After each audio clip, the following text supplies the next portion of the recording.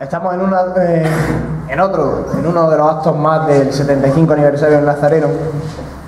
Evidentemente queremos excusar a la hermana mayor porque por una indisposición física no puede estar presente.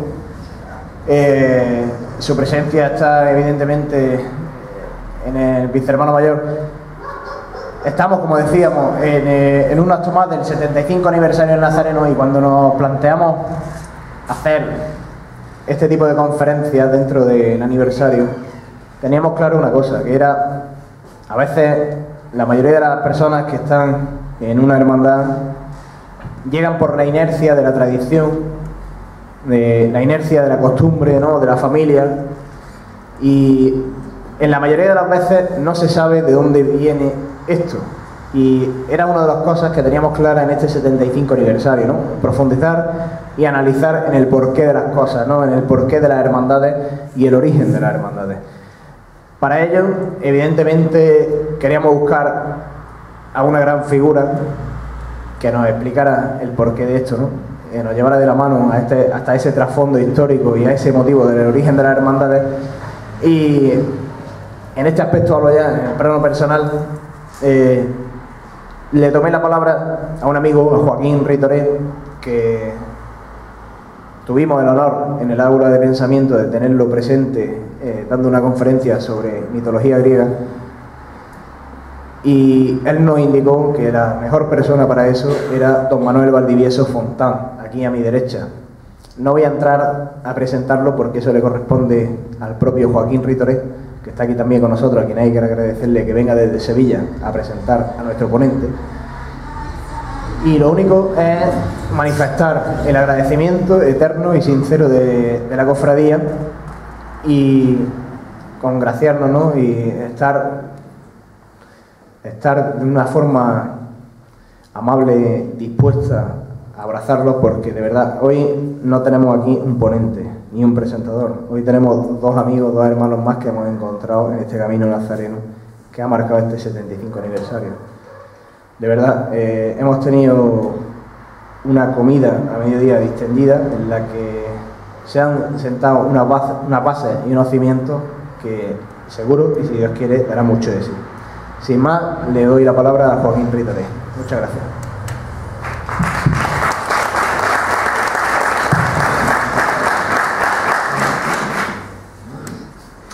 Buenas tardes, buenas noches. Muchas gracias a ti, Gerardo, y a la hermandad por esta invitación. Cuando me llamaste, en el mes de septiembre, creo que fue, o el mes de octubre, pues lógicamente yo lo tuve claro, porque yo comparto, precisamente en esas conversaciones que tuvimos el año pasado, cuando tuve la suerte de dar la conferencia aquí, pues descubrí que teníamos en común la pasión por la Semana Santa. Entonces, pues me pareció lógico. Y Macarenos encima. Aparte que pasé unos días inolvidables, pero claro, uno pues conoce sus pasiones, pero también conoce sus limitaciones. Y cuando me dijiste el tema, pues lógicamente pues yo pensé en mi amigo Manuel Valdivieso, porque es la persona que puede realmente dar una conferencia con los merecéis en una efeméride como esta. Entonces yo hoy, además de agradeceros aquí por la posibilidad de venir una vez más a Motril, que ya se ha convertido en una costumbre maravillosa, así, pues quiero transmitiros brevemente una semblanza de Manolo. Yo no voy a decir Manuel Valdivieso, lógicamente, porque es que nos conocemos desde que tenemos 5 años. Entonces, me permiten ustedes pues, la licencia, en este clima familiar. Yo, pues, creo que la mejor manera de conocerlo, evidentemente, es hablar con él, oírlo hoy en su magnífica conferencia, pero yo voy a intentar transmitirles una semblanza de quién es él. Bueno, si tuviera yo que definirlo con algún adjetivo así inmediato, pues yo le diría que Manolo Valdivieso es un hombre apasionadísimo, es muy apasionado. Entonces, aparte de la calidad que vaya a tener su intervención, es un hombre que se somete, además de una disciplina de estudio, pues se somete además al impulso de su pasión para desarrollar cualquier tema en el que él se meta, ¿no?, cualquier tema que desarrolle. Y, por supuesto, la Semana Santa es una manifestación más de los múltiples intereses y pasiones que él tiene. Profesionalmente, pues creo que además figura ya en el cartel. Él es un hombre que podría parecer que es un hombre del mundo de la abogacía, un mundo de la economía, pero eso es todo apariencia, absoluta apariencia. Manolo es un humanista, aunque él se meta mucho conmigo, que soy de letras, pero Manolo en el fondo es un gran humanista y una persona que tiene una gran devoción por la cultura, pero como todo lo que toca lo convierte en pasión, pues entonces además es un gran profesional del derecho, de la economía y les puedo decir que uno de los, un magnífico experto, uno de los grandes expertos que hay en este país hoy en derecho urbanístico, aparte por todo lo que ha leído, por todo lo que ha estudiado, porque él es un hombre que desarrolla su actividad profesional desde hace muchísimos años en la Gerencia Municipal de Urbanismo del Ayuntamiento de Sevilla. Y eso lo ha hecho en tiempos normales, en tiempos de bonanza y en los tiempos que corren, que tampoco voy a adjetivar porque todos ustedes saben cómo son. Entonces, un hombre que está acostumbrado todos los días a las 8 de la mañana a pelearse con todo lo que haya que pelearse para intentar sacar adelante este país, en su caso particular, pues una ciudad que es otra de sus pasiones, una de las más importantes, que es la ciudad de Sevilla. Dicen que una de las mayores suertes que puede tener uno en la vida es hacer aquello que le gusta. Y Manolo tiene la suerte de trabajar por algo que le apasiona, que es su ciudad, Sevilla. Desde ese punto de vista, pues, ¿qué más puedo decirle? Que es un hombre plenamente feliz en este sentido, ¿de acuerdo? Aparte, como les he dicho, es un hombre con muchísimos intereses. Quiero destacar que él es cofundador de una asociación que es Velázquez por Sevilla, que nació ya hace unos cuantos años, y que desarrolla una actividad en nuestra ciudad fundamental. Quizá el hito más conocido fue la conquista de Santa Rufina de Velázquez, que tenemos allí en la ciudad, pero vamos, eso digamos que es el hito más destacado. Aparte, se hace una labor diaria, cotidiana, anual, de lucha por el patrimonio sevillano, y en este sentido pues quiero que vean que la faceta suya no es solamente la técnica profesional, sino que es un hombre que dedica, como hacéis vosotros también, su tiempo libre, su pasión, incluso, como decíamos en esta maravillosa comida que hemos tenido hoy, su dinero, ¿de acuerdo?, en luchar por su ciudad. Pero en fin, estamos aquí hoy sobre todo por algo que nos une a todos los que estamos aquí, que es la Semana Santa, ¿no? Hablar de Manolo y de la Semana Santa pues es complicado, porque al fin y al cabo es que yo estoy viendo cofradías desde que éramos muy pequeños, ¿no? Entonces desde que éramos jovencísimos, pues prácticamente desde que nuestros padres empezaron a dejarnos andar solos por la ciudad, pues estamos hablando de Semana Santa, compartiendo momentos absolutamente inolvidables en los rincones de Sevilla, siempre. Y además, ustedes que son personas de Semana Santa saben que no solamente ya es hablar de patrimonio, hablar de historia, hablar de arte, hablar de religión, sino que es hablar de la vida, de lo que te pasa, de la gente que ves, que hace mucho tiempo que no ves, en fin, lo que es la vivencia de la Semana Santa, y eso pues lo compartimos desde siempre, ¿no?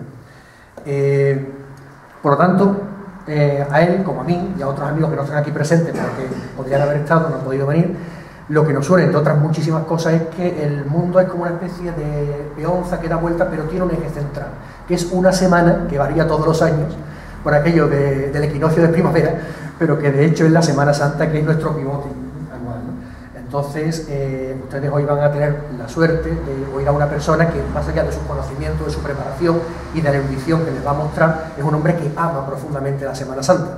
No solamente en este nivel de amistad que estamos aquí comentando, sino que él también ha tenido algo de responsabilidad.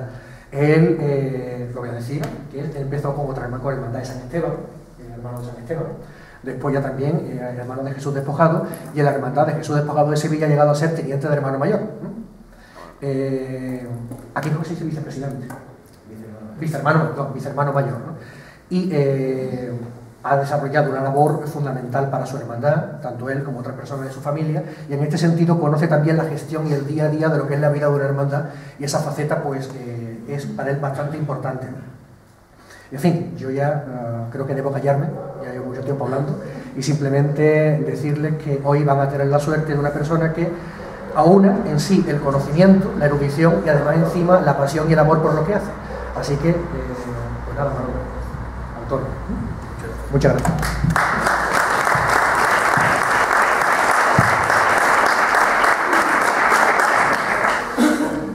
Buenas noches. Cuando uno es presentado de esta forma, pues se siente abrumado. Es evidente que es difícil soportar estos halagos cuando provienen del primero entre mis amigos y de un nuevo amigo que he hecho hoy, que me ha parecido además una persona apasionante. Es lugar común, y en este caso lo hago de corazón, agradecer la invitación. Me siento muy honrado de estar aquí, me siento muy honrado de haber cruzado Andalucía, haber venido de Occidente al Oriente de Andalucía a hablar de Semana Santa. Nunca pensé que yo tendría esta oportunidad y realmente me ha aportado mucho preparar esta conferencia de esta noche. Por supuesto, estoy muy agradecido a la hermandad, de la que ustedes tienen que sentirse muy orgullosos, de ese 75 aniversario de nuestro Padre Jesús Nazareno, aunque ustedes no lo crean, he dedicado más de una noche a estudiar esta hermandad desde Sevilla, y aunque pudiera parecer por mi parte una pedantería, una sensiblería, ya la llevo en mi corazón. Quisiera pedirles de antemano ciertas disculpas, porque aun cuando he querido situar la conferencia en un marco de Andalucía, evidentemente me verán el plumero. Yo soy sevillano, amo mi Semana Santa, tengo la suerte de tener un plato muy grande por delante y está claro que van a darse cuenta de que es lo que mejor conozco. Con todo y con eso, por supuesto que he intentado que el ámbito de lo que voy a exponerles no se circunscriba a la ciudad de Sevilla. Por otra parte, también quiero de antemano que comprendan que aquí se cumple aquello de que son todos los que están, pero no están todos los que son. Yo utilizaré a lo largo de esta presentación una serie de imágenes, todas muy conocidas, muy populares, que he seleccionado para armar el discurso de lo que yo quiero contarles. Y bien, para empezar, tengo que comenzar diciéndoles que no existe una partida de nacimiento de la Semana Santa. Aquí se da el sentido cabal de la palabra complejo. Esto es un fenómeno complejo, es una mixtura de distintos factores y que ha tardado mucho tiempo en gestarse. Esa es la razón por la que, aun cuando inicialmente Gerardo me sugirió que la conferencia fuera sobre el origen de la Semana Santa, yo decidí extenderla también a su evolución. Porque claro, el origen de la semana, de las cofradías de pasión, de las cofradías de penitencia, y aquí hay que empezar matizando, porque no es lo mismo cofradía que cofradía de pasión, el origen de esas cofradías puede llevarnos a afirmar que en torno a 1520 esas cofradías ya existían en España. Insisto, como cofradías de pasión, pero evidentemente no son las cofradías que nosotros conocemos hoy día. Por eso, para que la persona que tuviese el gesto de venir a aguantarme a mí durante más o menos la hora que espero estar hablándole, se fuera con una idea algo más rica, quise conducir mi discurso hasta el día de hoy. Por tanto, vamos a empezar por el Antiguo Testamento y vamos a llegar a nuestros días. ¿Y por qué empiezo por el Antiguo Testamento? Porque, vamos a ver, tenemos que tener presente que cuestiones que para nosotros son, damos por básicas, por conocidas, por casi indispensables, no siempre fue así. Si me permiten, voy a ser un poco bestia para empezar, y no quiero ser ni mucho menos blasfemo, pero les voy a poner una imagen. Imagínense que llegan a una iglesia y ven a una persona ahí delante ahorcado. Imagínenselo. Es mucho peor morir en la cruz, infinitamente peor. Por esto quiero decirles que a nosotros no nos choca ver un crucificado, porque hemos sido educados, hemos nacido en una creencia, en una devoción y hasta en una cultura. Hasta la persona que es agnóstica no se extraña cuando entra en un templo de ver un crucificado. Pero claro, imagínense que ustedes le dicen que por ahí ha sido ejecutado un hombre y que es hijo de Dios. Es complicado que hagamos ese ejercicio, pero eso no fue tan fácil de asimilar. Y por lo pronto esas personas tenían un legado cultural muy de siglos por detrás. Pensemos que la tradición judía prohíbe las imágenes. Y en el Antiguo Testamento lo encontramos. Y lo encontramos nada menos, ahí tienen la cita, lo pueden ver en la pantalla, en el Éxodo, en el Levítico, nada menos que en el segundo mandamiento. No tendrás otros dioses rivales míos, no te harás ídolos, figura alguna de lo que hay arriba en el cielo, abajo en la tierra, ni le darás culto. Es decir, ese es el punto de partida. Y así empiezan los cristianos. Los cristianos no empiezan adorando imágenes. Eso ha sido un proceso que voy a intentar, a ver si tengo la suficiente elocuencia de explicarles por qué fue así. De hecho, hay importantes autores, como el que yo cito, que empiezan por decirnos que en el primer siglo no se usaba ni el crucifijo ni ninguna representación material, y que solo a partir del Edicto de Milán, en el 312, tuvieron que pasar casi 300 años, se empezó a usar la cruz. Pero ahora vamos a ver una serie de imágenes con las que voy a intentar mostrarles la evolución. Es más, me parece interesante la cita de un abogado romano del siglo II, que era un escritor cristiano, que la tienen ustedes ahí. Tampoco nosotros adoramos la cruz ni la deseamos. Vosotros que veneráis dioses de madera, adoráis quizás cruces de madera, como parte integrante de vuestros ídolos. Es decir, esto fue una cuestión bastante compleja, dolorosa incluso. Piensen ustedes que la primera cruz, y ni siquiera está claro, pero la primera cruz que parece haber por ahí, aparece Cristo con cabeza de burro, y es una burla. Fíjense ustedes si este tema que les estoy comentando es importante, y de hecho ya el primer crucifijo propiamente tal, lo vamos a ver ahora, está en el British Museum y es del siglo V. Me interesaría que repasáramos la iconografía paleocristiana. Ahí tenemos el crismón, que posiblemente el profesor Joaquín de Toré, que por cierto es una eminencia en el sentido cabal del término, y no le estoy devolviendo el piropo, es que así, ustedes tuvieron el año pasado el privilegio de tener aquí una eminencia, podría explicarlo mejor que yo. Pero aquí se juega, es un acróstico, se está jugando con, vean ustedes, la X-Rho de Cristo, y luego tenemos aquí la alfa y la omega, que representan el principio y fin. Aquí, por supuesto, no tenemos todavía absolutamente nada relativo al suplicio de Cristo, no tenemos ni siquiera la preocupación por el Cristo hombre, sino más bien tenemos un acróstico que es un tratado de teología en sí mismo, donde vemos ya el mensaje de esperanza que posiblemente fuera lo que a los cristianos más les interesaba al principio, ese símbolo de principio y fin que se concreta en la figura de Cristo. Y si quieren ustedes repasar conmigo esta iconografía, que la pueden ver en las catacumbas, yo les invito a que busquen una cruz, un crucificado por las catacumbas. Verán que una muy típica es la del Buen Pastor que lo podemos ver tanto aquí en un fresco como en escultura, y que en realidad era un trasunto de algunas divinidades paganas también.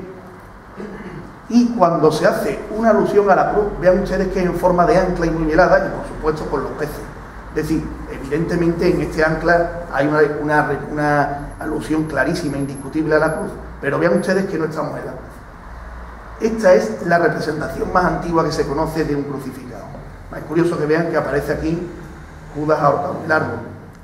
Observemos que por supuesto aquí no hay expresión de dolor ninguna, y eso va a extenderse mucho tiempo. Eso hasta que no entre el gótico, hasta que no entremos en la Baja Edad Media, allá por los años 1300 por ahí, vamos a ver que el Cristo realmente no empieza a sufrir. Vamos a ver que los autores no representan a un Dios que está sufriendo un patíbulo. Y de hecho aquí ven ustedes que este hieratismo no transmite sufrimiento. Esta es también casi coetánea del siglo V, la pueden ustedes ver en la Basílica de Santa Sabina en Roma.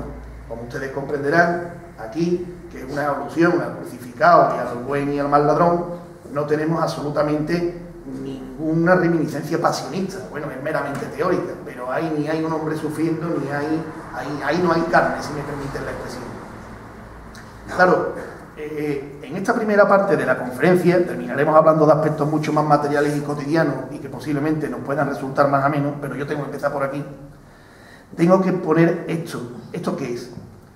Pues esta es la cuestión básica, es una cuestión básica que ha orientado el cristianismo y que en su decantación dio lugar a que exista la Semana Santa.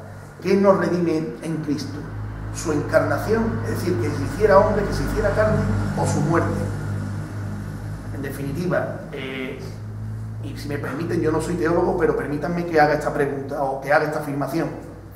El hombre no quiere morir, el hombre quiere perdurar, el hombre quiere merecer la otra vida, y eso hasta cierto punto se lo plantea en términos de justicia. Eso ha estado presente a lo largo de la historia de la filosofía también. Y el hombre necesita la redención. La redención en definitiva es un camino hacia eso. Pero claro, no ha estado claro, y de hecho en el primer periodo del cristianismo, es decir, el que va desde San Pablo hasta los primeros padres, hasta el nacimiento de la patrística, la preocupación de los cristianos nunca se centró en la muerte de Cristo en la cruz. Es más, ni siquiera en el Cristo hombre.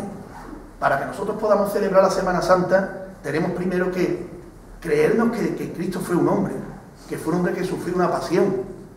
Por eso vamos a ver después que nos llega tan al corazón el Nazareno, como decía el vicehermano mayor, y en la comida, y además lo decía con mucha razón. ¿Por qué? Porque en definitiva nosotros cuando nos ponemos de nazarenos de penitentes, nos estamos poniendo detrás de un hombre con su cruz. Sabemos que es Dios, pero nos estamos poniendo detrás de un hombre. El gran poder no transmitiría ni la 10ª parte que transmite si lo viéramos como algo frío y aséptico, como se representaba, ahora lo vamos a ver, a Dios en la Edad Media, en el románico. Esa cuestión exige un cambio muy grande en la concepción de la redención. Pero en un comienzo lo que a los cristianos les preocupaba más bien eran unas cuestiones filosóficas. Ellos, digamos que Pablo de Tarso y demás, estamos hablando de personas que culturalmente eran griegos.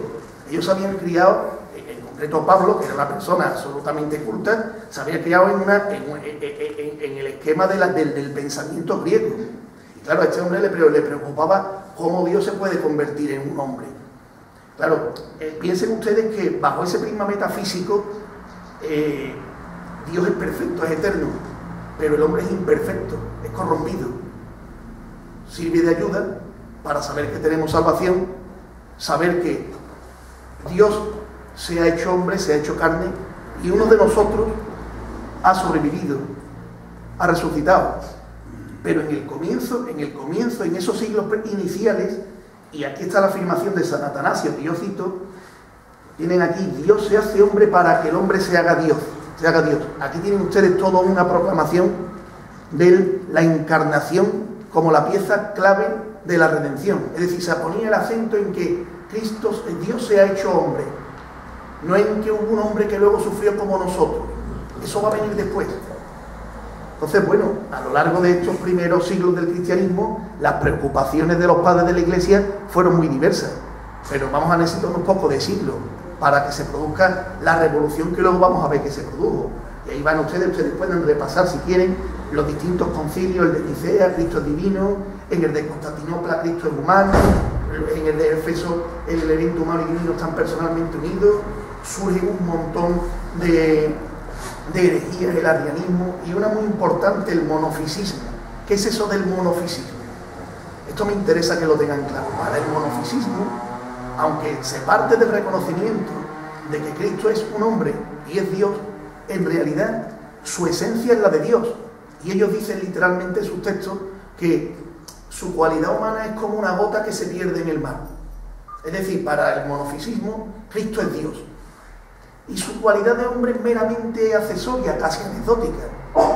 Con esto no se podría dar la Semana Santa que nosotros conocemos. No les quepa la menor duda.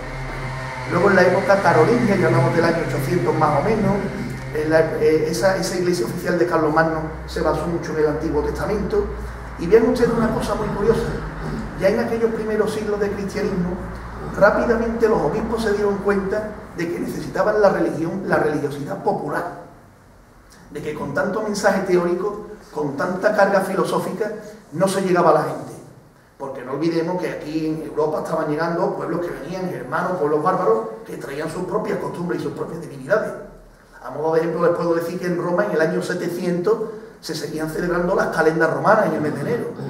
¿Por qué? Pues porque no es tan fácil, cuando uno tiene una inercia de siglos, dejar, por ejemplo, de comer torrijas por el mes de marzo o abril. Con esto quiero decirles que uno tiene unas costumbres, aunque sean costumbres culturales.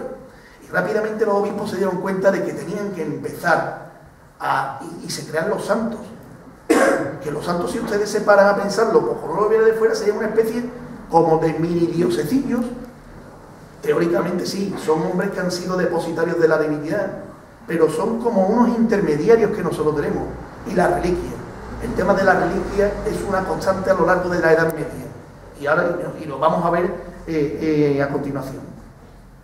Bien, como aquello de que una imagen hoy, y es verdad, vale más que 1000 palabras, vean ustedes la representación medieval por antonomasia, el Pantocrator. Este en concreto es una maravilla que está en San Climent de Taula, en Cataluña. Vean ustedes que ahí es lo que ustedes van a ver en una iglesia románica. Es un Dios majestático, es un Dios frío, es un Dios que no sufre, es también un Dios distante, es un Dios, si me apuran, justiciero, está con el libro en la mano, en posición de bendición, pero al mismo tiempo casi de juez. Y ven ustedes un Cristo de la Edad Media, además uno de los más bonitos que hay, que también está en España, la Majestad Bañol. Observen ustedes que, bueno, por supuesto el Cristo está vestido, Cristo tiene una túnica, pero el Cristo, sus brazos están dispuestos con el travesaño de la cruz. El Cristo está impertérrito, aquí no hay sufrimiento alguno. Esto forma parte de otra mentalidad, una mentalidad completamente diferente a la mentalidad pasionista. Y por ejemplo, los que hayan ido a París o los que vayan, van a ver esta maravilla que es la Saint-Chapelle. La Saint-Chapelle la construye un rey en base a ¿qué? La construye un rey en base a unas reliquias que compra. que pasa esa reliquia, un trozo de corona de espina y una serie de elementos de pasionario para adorar esa. Fíjense ustedes la maravilla que construye. O Santiago de Compostela. ¿Qué es Santiago de Compostela? Sino un peregrinaje hacia la reliquia, hacia el cuerpo de un santo. Es decir, con esto quiero decirles que desde un primer momento, desde los primeros siglos del cristianismo, confluyeron la religiosidad oficial, la teológica, la de los sabios, que por supuesto era necesario, con la religiosidad popular, la del pueblo que no puede acceder a una teología tan compleja. Por supuesto que unas influyen, siempre se han influido la una en la otra, hasta que haya un momento al que yo me voy acercando, y quiero que ustedes vayan conmigo, en que se produce verdaderamente una revolución. Bien, pero ahora permítanme que le haga una pequeña reflexión. Para la escolástica, y yo que soy economista, lo he estudiado en una de las disciplinas que he cursado, para la escolástica el beneficio es injusto. Es decir, la humanidad permaneció en sentido económico durante mucho tiempo, digamos que con su economía estática. Es en la Baja Edad Media cuando la economía empieza a moverse, empieza el mercantilismo, se crea la letra de cambio, se crean los bancos, empiezan las ciudades-estados italianas, las ciudades de los principados alemanes, se empieza a mover la economía. Ese es el cimiento del Renacimiento, pero eso dio lugar a que las diferencias sociales también se aumentaran. Cuando llegamos a la Baja Edad Media, a los siglos XIV sobre todo, se produce una distancia entre aquellas personas que prosperan económicamente de aquellas que se quedan atrás, y empieza a generarse el pobre, empieza a generarse el necesitado. Para un historiador materialista, y yo lo he consultado a lo largo de este mes, casi ellos ven el origen de las cofradías como una reacción de la sociedad para controlar a los pobres que podían convertirse en un problema social. Claro, ahí empieza a ponerse en crisis lo que hasta entonces había funcionado. ¿Y qué había funcionado hasta entonces? Pues que en realidad la orden benedictina, la gran orden de la Alta Edad Media y las coronas, se habían bastado para atender a los necesitados. Pero llega un momento en que ese modelo hay que cambiarlo. Ese modelo ya no sirve. Hace falta, si ustedes me permiten, una asistencia social mucho mayor de la que hasta entonces había funcionado. Y eso da lugar a que empiecen a surgir lo que aquí les señalo como las cofradías y hospitales. Estas son las primeras cofradías. No solo esto, ahora vamos a ver el gran motivo por el que surgen las cofradías. Claro, eso da lugar, por ejemplo, a que en ciudades como Sevilla, en que hay cofradías que ya están datadas en el siglo XIV, la más antigua es de 1340, y la que sabemos más antigua documentada, que es la de los Negritos, viene de 1390, se llega a la confusión de pensar que esas cofradías ya del siglo XIV eran las de ahora. Esas cofradías del siglo XIV eran cofradías asistenciales, ¿de acuerdo? Y sobre todo, eran cofradías gremiales, que es lo que vamos a ver a continuación. Pero dense cuenta de la importancia de este fenómeno, porque en Córdoba ya en torno al 1400, tenemos más de 30. En Jerez tengo localizada como 12, y en Carmona y en Sevilla más de 100. Claro, esto está dando lugar, si ustedes se dan cuenta, a que los laicos empiecen a entrar en aspectos sociales que no entraban hasta entonces. También porque empieza a haber laicos que tienen más posible, tienen más excedentes económicos para hacerlo.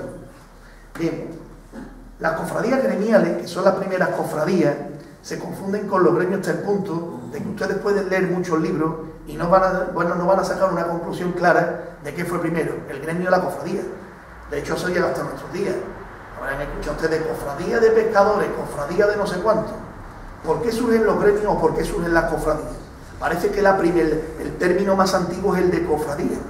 ¿Y por qué surgen? Pues mire ustedes, surgen porque en esas ciudades donde empieza a florecer otra forma de vivir, donde se empieza a romper el feudo, en esas ciudades, para poder desarrollar una profesión, para ser un artesano, para ser un profesional, había que asociarse.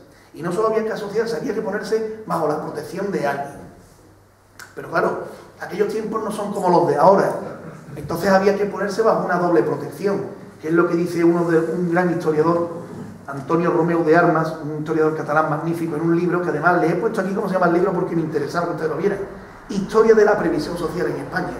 Y él dice, la protección espiritual y la protección material es la base de este tipo de asociacionismo. Es decir, una cofradía tenía que tener una advocación, O sea, no se concebía la cofradía que les digo yo a ustedes de los sastres, no se concebía sin tener su padrón o su patrona, su virgen, su santo, sin por supuesto tener la bendición del arzobispo y sin tener la autorización real. De hecho, vemos que en las partidas se prohíbe la creación de cofradías sin la dispensa real. Y en la vertiente religiosa también necesitaban la autorización de los obispos. Esto tiene una componente política no despreciable, porque siempre las cofradías fueron vistas con recelo tanto por el rey como por los obispos, porque evidentemente supone una pérdida de control. Es decir, desde el momento en el que los laicos empezamos a asociarnos, empezamos a tener nuestras corporaciones, muy fácil, aquello de la unión hace la fuerza, eso pone nervioso al que estaba acostumbrado a ejercer un poder, además en una época en que virtualmente el derecho individual no existía. Sí, tenían un fuero, pero comprendan ustedes que un hombre entonces por sí solo poco podía hacer ante la prerrogativa real, ante la prerrogativa de la autoridad. Por eso esto es una respuesta clara a una necesidad social, la necesidad de asociarse. Bien, estas cofradías, que son las que tenemos fundamentalmente, de en torno al 1300 hasta el 1500 más o menos, esta cofradía asistencial se caracteriza porque, por una parte, como les he dicho, surge para proteger a sus cofrades, es decir, a sus agremiados, pero también por otra parte surge como una necesidad asistencial. De ahí los hospitales. Hay muchísimos hospitales, como hemos visto antes, desperdigados por toda la geografía, y estas cofradías empiezan poco a poco a tener unos fines claramente asistenciales. ¿Qué ocurre?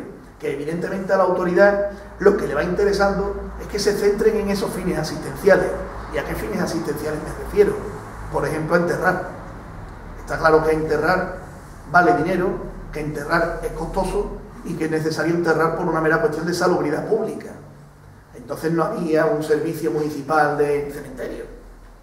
Piensen que no tenemos, hay que trasladarse muchos siglos para atrás. Y evidentemente las cofradías atendían ese tipo de necesidades, o los hospitales. Podía haber hospitales que efectivamente estaban promovidos por reyes, por aristócratas, por nobles, pero las cofradías fundan hospitales. Está claro que además, y esto sí parece una tendencia clara, se produce una cierta asociación cada vez más directa entre ese fin piadoso, ese ejercicio de la caridad, con esa advocación de la cofradía. Se empieza a producir esa mixtura, eso va encajando la caridad, el socorro, la devoción al patrón, a la patrona, a la Virgen, al Cristo, y eso va poco a poco conformando la cofradía. Miren ustedes un ejemplo. En Córdoba tenemos lo que han llamado siempre el Hospitalito. El Hospitalito era la cofradía de San Andrés, y es curioso que yo les he puesto aquí hasta porque esto, si ustedes lo van a encontrar hoy día, pero esto ni más ni menos que era una cofradía que, a modo de curiosidad, tenía como exigencia que para ser atendido había que tener sangre limpia e hidalga. Está claro que atendía a sus cofrades, y los cofrades contribuían con 100 maravedíes y una candela de cera. En Sevilla está la sede de la Diputación, está junto a la Catedral de Sevilla, pero esto también fue un hospital, evidentemente era este edificio. Este edificio se ha construido sobre el que inicialmente hubo. Y sin embargo, esta es una cofradía que era de la Hermandad del Pilar, pero que sin embargo esta sí tuvo el patronazgo real. Y esta tenía como fin atender al peregrino que estaba de paso. Está claro que cuando llega una serie de personas a una ciudad, olvidémonos de los hoteles de 3 o 4 estrellas y del que está de transeúnte que pueda pagar eso. Había que atender también a esa función. Dos ejemplos que conozco yo en Sevilla de hermandades, de cofradías que han evolucionado a penitencia y que existen hoy día. Pues muy sonado, el de los Negritos, el de la Esperanza Letiana. Los Negritos es la cofradía con papeles más antigua que nosotros tenemos. ¿Verdad que hay otra, que es la de Jesús Nazareno de Silencio, que se sabe que en Sevilla existía una en 1340, pero lo que no se sabe es si la que existía en 1340 es la que existe actualmente, pero indubitadamente la de los Negritos que sale el Jueves Santo, esa existía en 1394. Y esa la funda el cardenal Gonzalo de Mena. ¿Por qué? Porque verán ustedes, los esclavos llegan a Sevilla con el descubrimiento de América.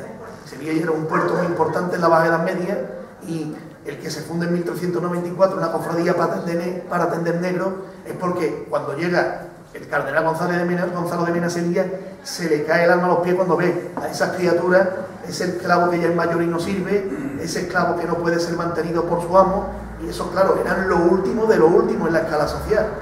Ese pobre esclavo que por lo que fuera ya no era útil, ese lo veían ustedes tirado y muriéndose de enfermedades, de epidemia, de hambre o de lo que fuera. Y para eso se funda esa cofradía. O en Triana los gremios, ¿cuál era? El de los ceramistas, el de los pescadores, el de los barcos. Pues la Esperanza de Triana, ni más ni menos que es la fusión de tres gremios, el de ceramistas, que fue el que funda Nuestra Señora de la Esperanza, el de San Juan Evangelista, el de los pescadores, que funda San Juan Evangelista, y el de los marineros, que es la vocación de las Tres Caídas. Y por supuesto que tenían su hospital propio en Triana, que atendió a pescadores y a patronos de barca. Bien, con esto ya estamos en la Baja Edad Media. ¿Qué factores pueden dar lugar a que surjan las cofradías de pasión? Yo he tratado de resumirlo en 6. En primer lugar, la conciencia de que Cristo es Dios y hombre verdadero. Ahí se produce una renovación, casi una revolución de la cristología a partir de San Anselmo y de San Bernardo, y por supuesto el paso definitivo es San Francisco de Asís. Yo me atrevo a afirmar que sin la revolución que supone San Francisco de Asís nunca habría existido la Semana Santa. Se produce ahí una espiritualidad de la compasión, una espiritualidad sentimental distinta a la que había habido hasta ese momento, mucho más cercana. Por fin la necesidad verdaderamente del cristiano de tener a un Dios más cercano, no tan majestático, se termina imponiendo, que a continuación vamos a ver. En segundo lugar, hay una evolución paralela en el arte. Si hemos visto, tengan por favor la majestad mayor, ese Cristo con los brazos alineados en la cruz. Ahora vamos a ver cómo a partir del gótico eso empieza a cambiar por momentos. En tercer lugar, se produce una paulatina profusión de actividades extralitúrgicas. Ahora te explicaré qué es eso, pero los laicos empiezan a participar en celebraciones que hasta ese momento habían tenido vedadas. En cuarto lugar, el culto a la Vera Cruz. La Vera Cruz es la primera advocación penitencial que existe. Eso está interrelacionado con la sangre de Cristo y unas otras vocaciones que a continuación veremos. El movimiento de los flagelantes. Piensen ustedes que estamos en una época en que la muerte se vive muy de cerca. En particular, el siglo XIV en Europa fue un siglo nefasto de peste, fue el gran siglo, el siglo de la famosa peste negra. Hubo muchos lugares donde la población quedó reducida a la mitad. Murieron decenas de millones de europeos víctimas de la peste negra. Está claro que cuando uno convive tan de cerca con la muerte, igual que hoy tenemos miedo a perder el empleo, entonces tenía miedo a perder la vida. Y eso da lugar a que todo esto esté mucho más presente y se quiera merecer la salvación. Eso da lugar a la mentalidad de la penitencia, como luego veremos. Y la mentalidad de la penitencia, por supuesto, se impone a través de los flagelantes, la flagelación, la autoflagelación que fomentan las órdenes mendicantes. Y la fascinación que ocasionaron en Europa las cruzadas. También lo veremos, pero esa fascinación por las cruzadas dio lugar a que en Europa proliferaran, sin ir más lejos, reliquias de todo tipo. Aquí llegaban trozos de la cruz por todas partes, espinas de la corona de espinas, se produce una fiebre por la reliquia. Como ven ustedes, esa religiosidad popular se está imponiendo ya en la Baja Edad Media. Por eso les hago aquí esta reflexión. Cuando a lo largo de la historia de la cristiandad, cuando la teología trató de presentar a Cristo mayormente en función de divinidad, surgieron las devociones populares para defender su existencia y experiencia genuinamente humana. Bien, con esto nos estamos acercando a eso que les digo, a esa confluencia entre ese ámbito clerical erudito que hemos tenido hasta este momento, esos santos de la escolástica, esos padres de la Iglesia de la Patrística, con una nueva espiritualidad, lo que se ha llamado la devotio moderna, que ahora luego les trataré de abundar un poco en ese concepto de la devotio moderna. Y bien, voy a analizar esos factores. ¿Qué es eso de Cristo, Dios y hombre verdadero? El primero que zarandea un poco la cuestión de la cristología es San Anselmo, Anselmo de Canterbury. Es de Canterbury porque fue obispo allí, cuando escribe Cur Deus homo, ¿por qué Dios se hizo hombre? Hasta entonces había habido una serie de teorías muy diversas, por ejemplo la de Orígenes, que era la teoría casi del rescate, es decir, Dios le entrega al diablo a su hijo para que lo rescate. La humanidad era como un rehén del diablo y Dios se lo entrega. Era una serie de explicaciones, como ven, hoy día nos parecerían pintorescas. La de San Anselmo también lo es. Oiga, San Anselmo es un santo en una época, en la época en donde están haciendo la caballería, es la época del honor. En ese momento el honor se exacerba hasta el extremo. ¿Y qué dice San Anselmo? San Anselmo dice, bueno, vamos a ver, mire, Dios, que es como el soberano del gran estado, la ofensa que le ha hecho el hombre a través del pecado es tan enorme, y además es una ofensa que no se mide por quién la hace, sino por la grandeza de quien la recibe, que el hombre no puede compensar esta injuria que le ha ocasionado a Dios. La única forma de, digamos, redimirnos de una injuria tan grande como es la que le causamos con el pecado, solo puede estar si alguien de su misma dignidad lo compensa. Entonces fíjense ustedes qué teoría. Para satisfacer a Dios como si fuera un caballero ofendido, es necesario alguien que tenga categoría divina. No vale con el sacrificio de un hombre, hace falta el sacrificio de un hombre que sea al mismo tiempo Dios. Y ahí San Anselmo, por tanto, por una parte empieza, si ustedes se dan cuenta, a poner el acento de la redención del hombre en la muerte de un hombre Dios. Eso lo continuó San Bernardo, o Bernardo de Claraval, que no se fijó tanto. O sea, si ustedes leen los textos de San Anselmo, les llamaría mucho la atención las descripciones que hace sobre los estados de ánimo de Cristo, sobre los sufrimientos que Cristo recibe. Es curioso que lo pudiéramos leer, desgraciadamente no tenemos tiempo. San Bernardo no se fija tanto en eso. San Bernardo es más teórico. San Bernardo, por una parte, es el fundador del misticismo. El primer místico en la historia de la Iglesia es San Bernardo. Y por otra parte, y por supuesto el primer gran mariano. San Bernardo es mariano por antonomasia. Y por otra parte, San Bernardo sí se preocupa mucho de teorizar y de reflexionar sobre para qué sirve el sacrificio, el patíbulo de Dios, para qué sirve la pasión.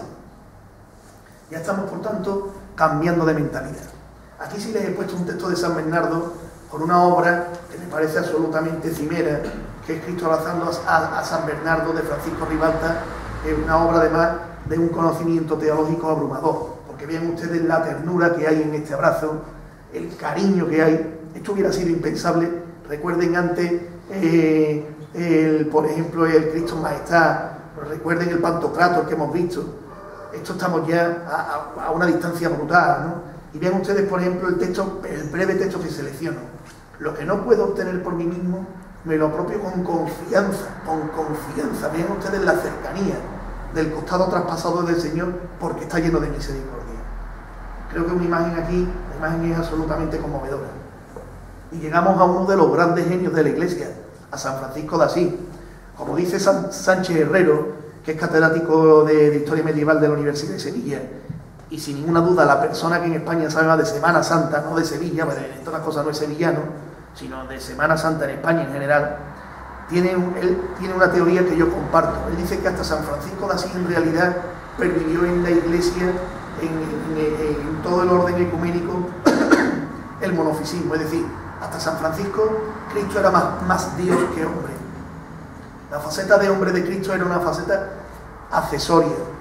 Y por supuesto, para San Francisco, Cristo fundamentalmente es un hombre que va en su camino y al que nosotros tenemos que seguir. Vean ustedes este texto de Sánchez Herrero. En el Jesús de los Evangelios se encuentra el Dios humanado, pobre, humilde, cercano.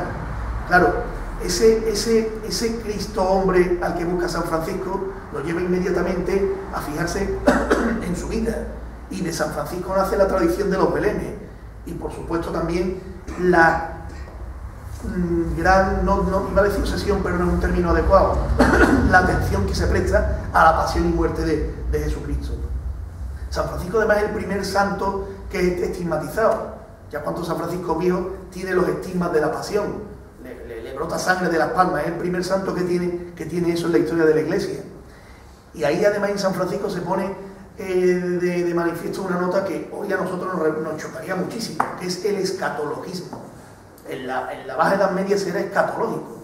Hoy sería absolutamente impensable que llegue alguien a Motril con un frasco y diga: aquí está el prepucio del niño Jesús. Hiciéramos una iglesia con una caída con el prepucio del niño Jesús. Pero entonces eso existía. O un pelo de Cristo. Por supuesto, evidentemente, ese escatologismo es también un aspecto que en San Francisco lo podemos ver. Si se dan cuenta, todo es una mentalidad muy patética, muy sentimental, en un momento en que la humanidad está sufriendo. Entonces, como consecuencia de todo esto, Cristo deja de ser representado como algo poderoso y pasa insensible al sufrimiento y pasa a mostrarnos su dolor. Y vean ustedes la evolución que experimenta el arte. Empezamos con Cimabue. Bueno, si ustedes alguna vez van al Museo de los Uffizi en Florencia, pueden ver una de las aventuras más apasionantes del ingenio humano, y es la evolución de la pintura italiana a lo largo del Renacimiento. Van a empezar ustedes por ver cuadros que recuerdan claramente a los iconos bizantinos y al gótico, y van a ir viendo paso a paso cómo la pintura va fluyendo hasta el Renacimiento, hacia un naturalismo que empieza en el barroco. Vean ustedes la diferencia, vean ustedes cómo el cuerpo de Cristo se arquea ya, vean ustedes cómo se retuerce el cuello, cómo fluye la sangre de sus brazos, de sus manos.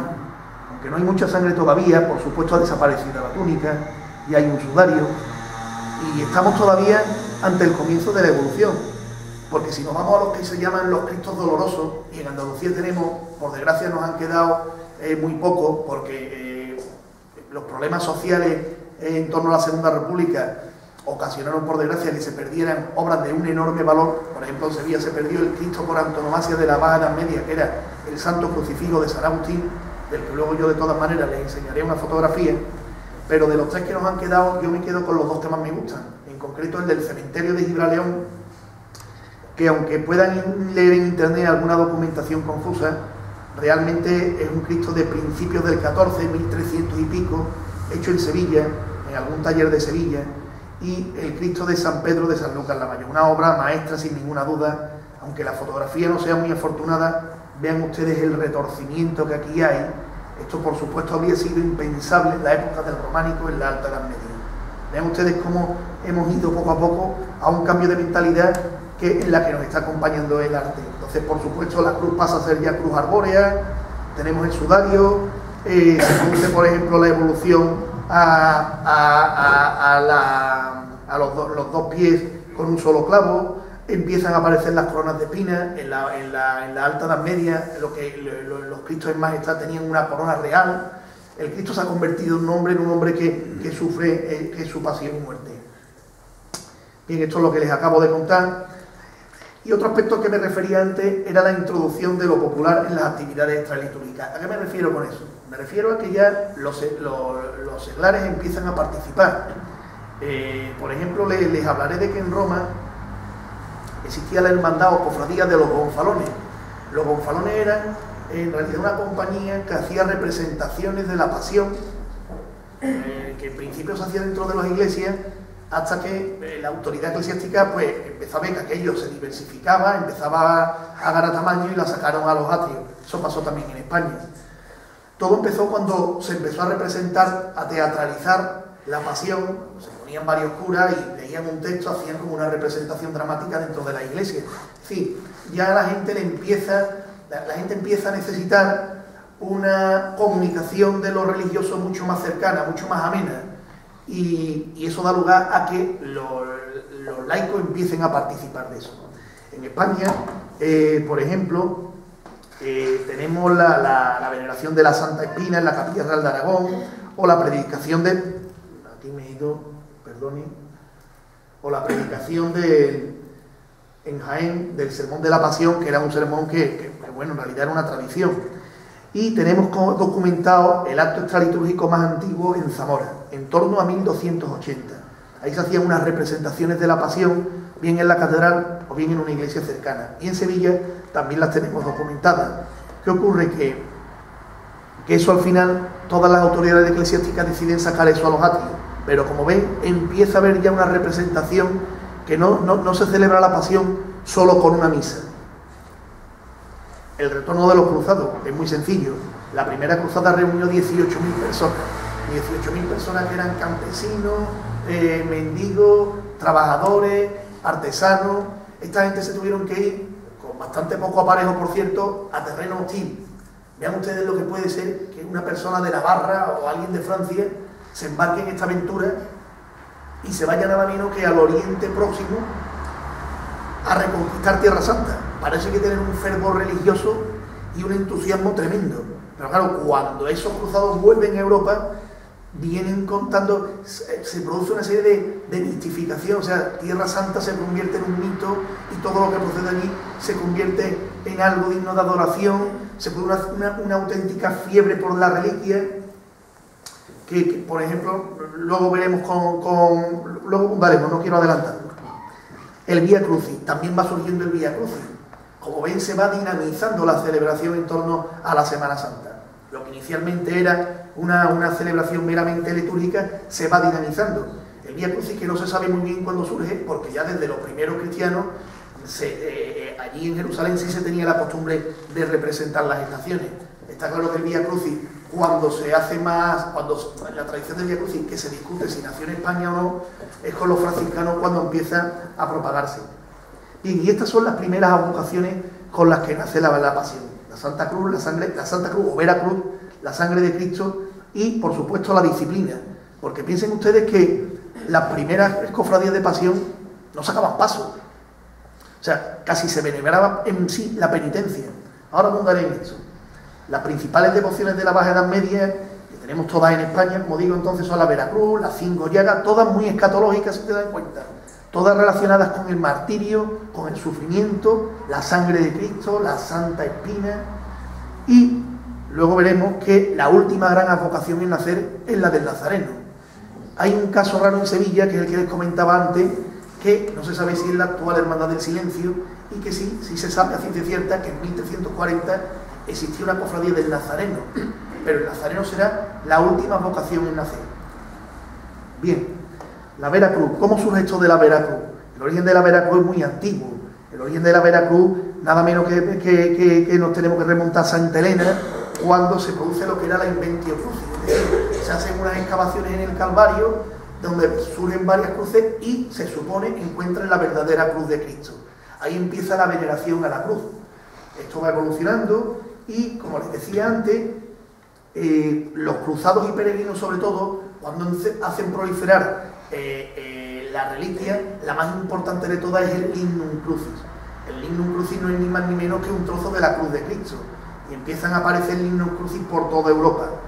En España se ha demostrado, los últimos estudios demuestran que la tradición del Lignum Crucis llega en torno al siglo XII, y la primera hermandad que existe en España es la de Santo Toribio de Liébana.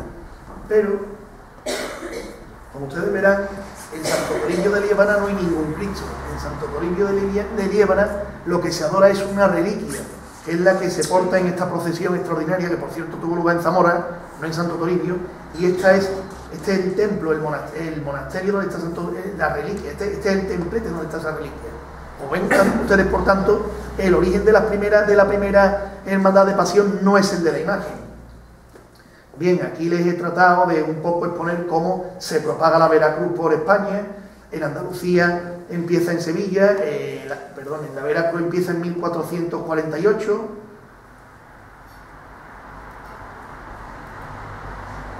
Y verán ustedes como Puerto de Santa María 1517, en 1542, San Lucas 1544, en Málaga se funda la Veracruz, nada más ser prácticamente reconquistada, en 1505 probablemente existía, y por supuesto en 1540, por desgracia extinguida, y en Motril en 1577 tiene su documento más antiguo. Por tanto verán ustedes que ya Motril, en pleno siglo XVI, fue también escenario de la advocación del momento.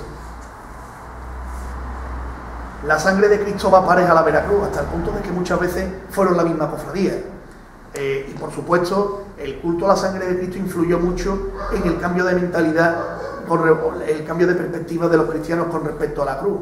Si la cruz había sido hasta entonces una cruz gloriosa, cuando se empieza a venerar las 5 llagas, la sangre de Cristo, la cruz es un instrumento del patíbulo, es una cruz dolorosa, es donde Cristo sufre.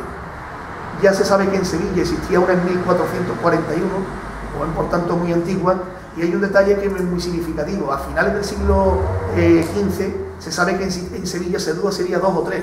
El que hubiera 3 cofradías en torno al 1500 en Sevilla sobre la sangre, les da a ustedes cuenta de lo popular que era entonces esta vocación. También en Salamanca está fechada, y sobre todo es una vocación más de Castilla que de Aragón. Es curioso que en Aragón, al revés, se lo estoy diciendo al revés, en Aragón la sangre de Cristo fue la más popular y en Castilla la Veracruz. Es un detalle curioso.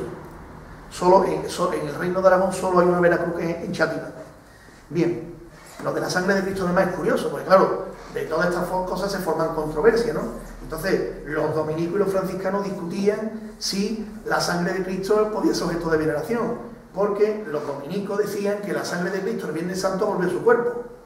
Claro, si la sangre de Cristo los Viernes Santos había vuelto a su cuerpo, todas las reliquias con sangre de Cristo que había por toda Europa eran una superchería. En definitiva, eran una estafa.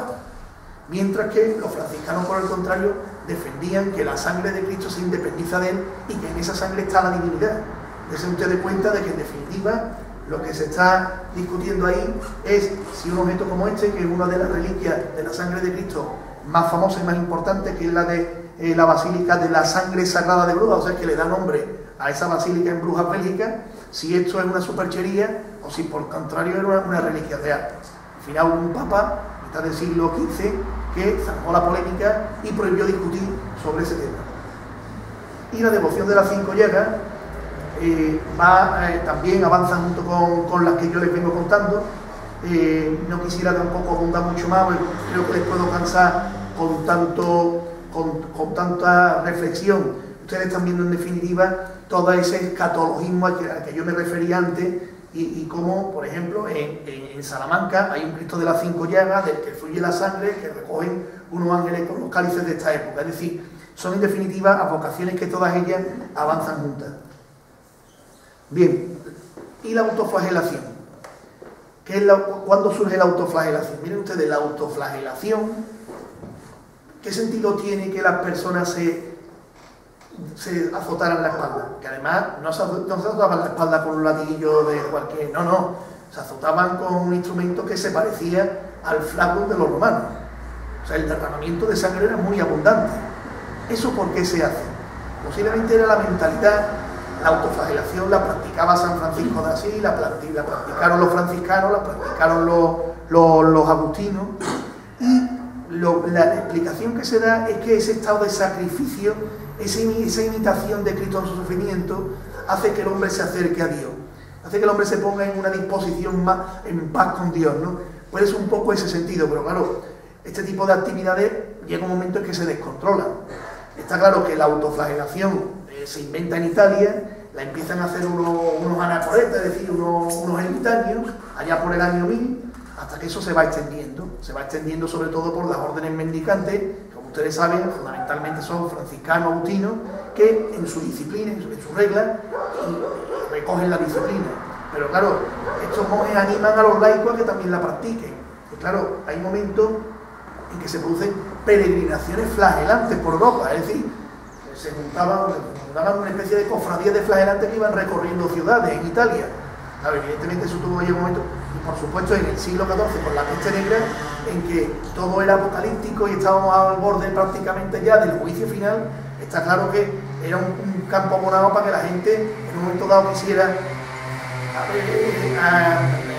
asumir esa penitencia propia, ¿no? Eso llega a España, de la mano de San Vicente Ferrer. San Vicente Ferrer que tuvo que ser un sacerdote de armas tomadas. A modo de ejemplo les contaré que hay un sermón de San Vicente Ferrer registrado en Montpellier que duró 6 horas. O sea que imagínense ustedes un sermón de 6 horas, ¿no? Y parece que San Vicente Ferrer sí anima a la flagelación. O sea, durante mucho tiempo se ha pensado que estaba en Andalucía, no estuvo en Andalucía, no llegó, pero sí llega la influencia de San Vicente Ferrer hasta nosotros. La flagelación ha estado presente en España durante mucho tiempo. Es curioso porque los papas de Aviñón la prohibieron, pero la prohibieron sin éxito. Este, por ejemplo, es un grabado medieval. Esto es la España actual, porque se sigue practicando en un solo pueblo de La Rioja. Y esto es un grabado de Goya. Es decir, Goya en sus pinturas negras representa la flagelación. Pero es que incluso les recuerdo que en el propio Quijote hay uno de los capítulos, Don Quijote se encuentra y Sancho Panza se encuentran con unos flagelantes. O sea, ahí Quijote es ilustrado Pasa que no he querido abusar de las ilustraciones donde se ve el Quijote con los flagelantes. O sea que esto estuvo presente en España durante mucho tiempo. Bueno, estos primeros penitentes que ya tenemos, estas primeras cofradías de pasión en torno al año 1500, que ya eran cofradías que no eran gremios, no eran hospitalarias, eran cofradías que ya de verdad se habían constituido para venerar la pasión de Cristo y la muerte de Cristo. ¿Cómo eran estos primeros penitentes? Bueno, estos primeros penitentes fundamentalmente eran lo que les acabo de contar, eran flagelantes. Verdad que se combinaron, sobre todo las hermandades que salían de noche, con hermanos de luz y hermanos de disciplina. Pero además no solo estaban los que se flagelaban, sino también estaban los aspados, es decir, los que iban con los brazos atados a un travesaño, que también eso ha llegado prácticamente hasta nuestra época. Entonces, y los aspados en realidad eran los que reproducían la cruz de San Andrés, y estaban los empalados, que eran los que llevaban el travesaño recto. Bien, como les digo, por tanto, es al principio del siglo XVI cuando tiene lugar el nacimiento de las cofradías de pasión. Y el nacimiento de las cofradías de pasión surgen con advocaciones como la Veracruz, con las que yo les he estado contando hasta este momento. Es verdad que ciudades a lo mejor con una tradición más antigua, como pueden ser Valladolid o como puede ser Sevilla, que ya tenían hermandades que se remontan un poco antes, pues parece que en Sevilla sí hay algunas excepciones a esto. En concreto, la que les he dicho del Nazareno, porque esa es una hermandad que está datado, que se hacía estación de penitencia, la del Cristo de San Agustín, que también es del siglo XV, pero sobre todo la Veracruz es la que tenemos constancia de que fue primera cofradía de penitencia. Bien, como les digo, había dos tipos de hermanos, los hermanos de sangre y los hermanos de luz. Pero pensemos que esas cofradías, las primeras, no sacaban todavía pasos, no sacaban imágenes. Esas cofradías normalmente veneraban una reliquia. El año pasado les contaré como curiosidad que la Veracruz y Sevilla decidió recuperar esa tradición. Es decir, llovió, decidieron hacer estación de penitencia porque ellos tienen un lignum crucis con el lignum crucis. Así se salía entonces. Se salía con un lignum crucis. Y el objeto no había entonces todavía una vocación como la que ustedes tienen. Nosotros en una cofradía, ni Cristo, ni Virgen, ni Esperanza, entonces no estaba ni Cristo ni Virgen.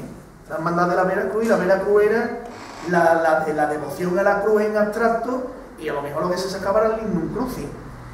Es más, les diré, y ahora lo vamos a ver, que cuando en todos casos se sacaba un crucifijo, y era un crucifijo que portaba un cofrade o portaba un cura. O sea, no se llevaban un paso. Es a finales del siglo XVI cuando se empieza a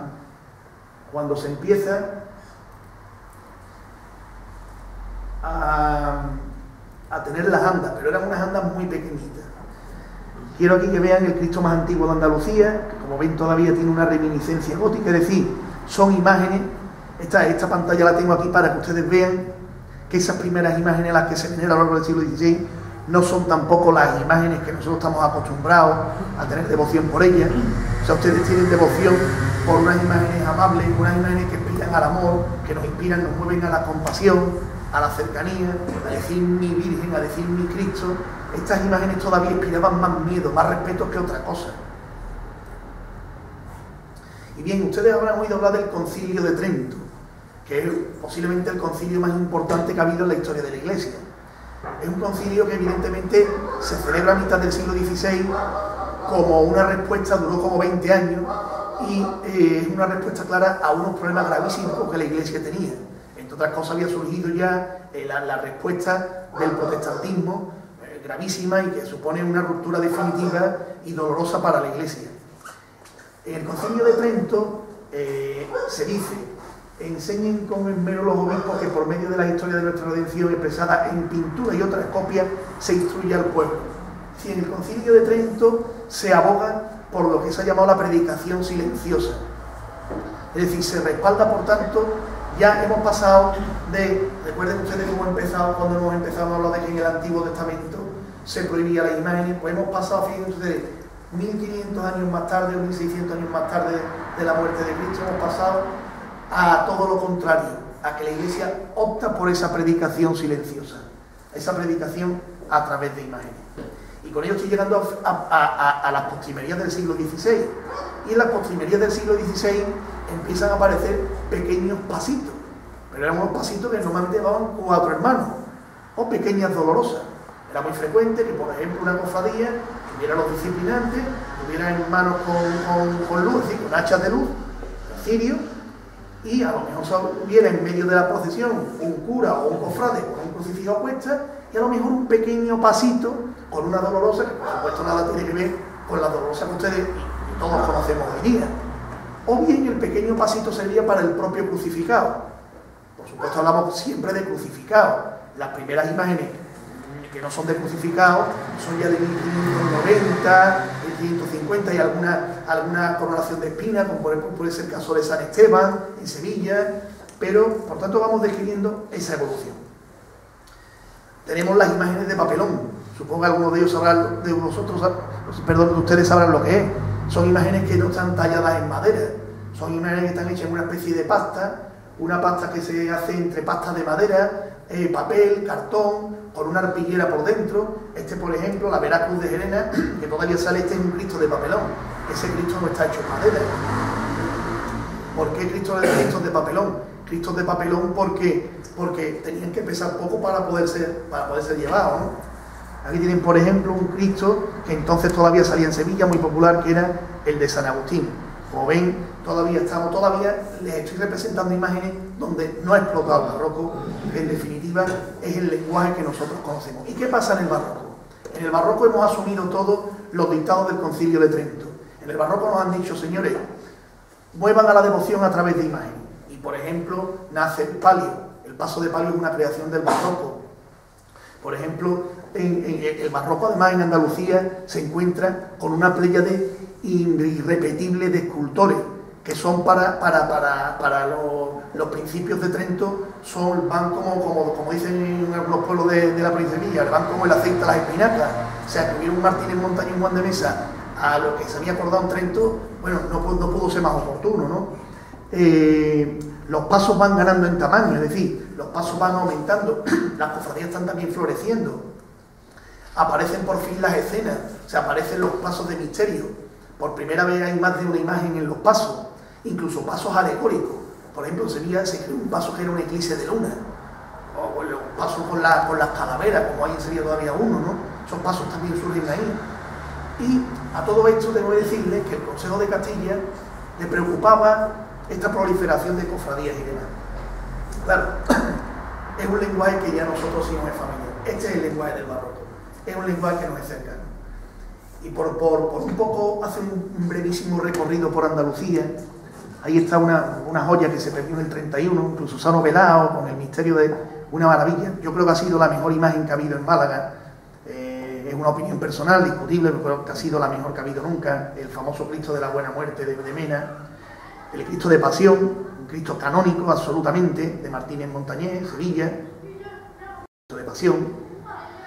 Esta posiblemente sea el conjunto de más valor que hay en Córdoba, la última obra de Juan de Mesa, que como ustedes saben era cordobés, la Virgen de las Angustias, que tiene absolutamente el rostro, fíjense ustedes la expresividad, el cuerpo rígido de Cristo. Vean ustedes que esto no es casualidad. O sea, si Juan de Mesa hace un estudio anatómico y por supuesto es un Cristo rígido, porque ha muerto en la cruz, tiene el brazo semiplegado y así como las piernas. Vean ustedes el gesto absolutamente conmovedor y el rostro de la Virgen es desolador. Buena Muerte en Sevilla. Creo que la imagen no necesita que yo me explique mucho más. También Juan de Mesa, absolutamente proporcionada, una belleza. Por cierto, una de las pocas excepciones de Cristo muerto y verdaderamente de peso en la ciudad de Sevilla. El gran poder. Entramos con los nazarenos. Vean ustedes el paso del gran poder. Fíjense ustedes que hemos pasado del hieratismo, ese paso de ese hombre que tira de la cruz. Está claro que, más bueno, ustedes saben que hubo un capataz, Manolo Bejarano, que fue el que crea el paso racheado para que Cristo, que este año, además recuerdo perfectamente que viendo la entrada, nosotros tuvimos una conversación, porque está claro que a la gente le gusta más con la túnica lisa, porque es la túnica que tiene el movimiento y el paso racheado. Evidente que se ponga con una cruz a seguirlo, está siguiendo, se puede perfectamente identificar con ese hombre caminando camino de la muerte por nosotros. Esta es una belleza. Esta Virgen está en Puerto Real, es de la Roldana, es prima hermana de la Virgen de la Estrella en Sevilla. Gracias a esta Virgen se ha podido documentar por el Instituto Andaluz de Patrimonio Histórico que la estrella es de la Roldana. Ya estamos hablando de un barroco más avanzado. Fíjense ustedes qué belleza. Esta es una obra que me parece fantástica, un estudio de la anatomía. Esto está en Cádiz, Humildad y Paciencia de Pimentel. En mi opinión, el mejor Cristo que hay en Cádiz. Esta es una talla que estuvo en Motril de bastante valor, aunque era anónima, el antiguo Cristo de la Veracruz. Parece una talla de bastante valor, lástima que se perdiera. Nuestro Padre Jesús de la Paciencia, de Pablo de Rojas, a mí me parece de lo mejor que hay en Granada. También estamos hablando de finales del 16, muy antiguo, de hecho es magnífica la talla, aunque todavía se nota la tosquedad de ser un Cristo tan temprano. Se nota si se acercan ustedes mucho, si ven la fotografía a nivel de detalle. Otra belleza que creo que gusta mucho, Nuestra Señora de la Esperanza, de José Risueño, ya un barroco más tardío, pero una Virgen magnífica, de lo mejor que hay en Granada. A mí esta me gusta también mucho, Nuestra Señora de la Soledad, en un marco incomparable, como San Jerónimo en Granada. Del Círculo de Pedro de Mena, las manos quizás, que es una asignatura pendiente, de las manos de las figuras orantes, que no suelen estar muy conseguidas. Mi hermandad también tiene una Virgen muy bonita, pero las manos tienen el mismo problema. La Macarena, prefiero no hablarle, pues se me vería el plumero. El Cachorro, Ruiz Girón, una maravilla. Ya estamos hablando, esta es la explosión última de barroco ya desgarrado. Vean ustedes ese sudario, ese Cristo que mira arriba buscando la muerte. Está claro que este es un lenguaje que a nosotros nos es mucho más cercano que lo que yo les he contado al principio. Pero claro, si no les hubiera contado lo del principio, la conferencia habría tenido que llamarse de otra manera. Comprendo que es más ameno ver estas imágenes, pero teníamos que empezar por donde teníamos que empezar. Aquí tienen ustedes un misterio barroco. Esta es la Sagrada Mortaja en Sevilla. Vean ustedes esta disposición en triángulo, estas figuras agrupadas que tienen un diálogo, no un diálogo tan directo como el que luego en el siglo XX inventa Castillo Lastruzzi, pero sí ya se produce una integración. Y por supuesto surgen también las canastillas. Esta de Ruiz Girón, mutilada, no entiendo la manía de mutilar, en todos nos mutilamos. Esta es la canastilla del Gran Poder y por supuesto está mutilada porque Ruiz Girón le talló los respiraderos, pero optaron por quitárselo. No lo entiendo. Un detalle de la canastilla maravilloso. Bueno, podríamos ponernos a ver esa canastilla al detalle y podría ser objeto de una conferencia. Esta otra canastilla barroca también de Ruiz Girón, esta es la del Cristo del Amor. Esta se mantiene más fiel a como fue, pero tampoco estos respiraderos son los que tuvo. Los primeros respiraderos eran rectos, pero como ven ustedes, fíjense qué evolución tan rápida hemos descrito, de unos pasitos pequeños o de unos cristos de papelón, llevados a que 100 años más tarde, 100 y pico años más tarde, estemos ya aquí. Fíjense ustedes lo que supuso la eclosión del barroco para la evolución de la Semana Santa. Y estos fueron los primeros palios. No se ha conservado ninguno, pero ven ustedes que las representaciones, pues fíjense ustedes, palios de 3 varales por lado, 4 varales por lado. Este es el palio más antiguo que se conserva en Andalucía y que aún sale, que es de 5 varales, que este está en Carmona, magnífico, además lo tienen muy bien, me encanta, pues además tiene un manto del 19 que le va muy bien. Y bueno, aquí tienen ustedes más o menos ya el orden ya que ha cambiado respecto a lo que les vengo contando, pues que ya tenemos paso de Cristo y paso de palio fundamentalmente. Y también las insignias. Ya las cofradías tienen un boato en el barroco que por supuesto no tuvieron en el siglo XVI. Ya empiezan los estandartes, las banderas, los senatus. Eso nace en el barroco. Nace en el barroco hasta el punto de que a muchos escritores y muchos pensadores de la época empiezan a ocasionarle rechazo, porque no entendieron ese esplendor. Y el siglo XVII es el siglo del Nazareno. Siguiendo a Camón Aznar, que es un tratadista, un magnífico historiador del arte, en España en los siglos XIV y XV hubo una escasa representación del Nazareno. Hay muy pocos nazarenos. Por ejemplo, un tema muy popular en la España, está ya bajo medieval, es el descendimiento.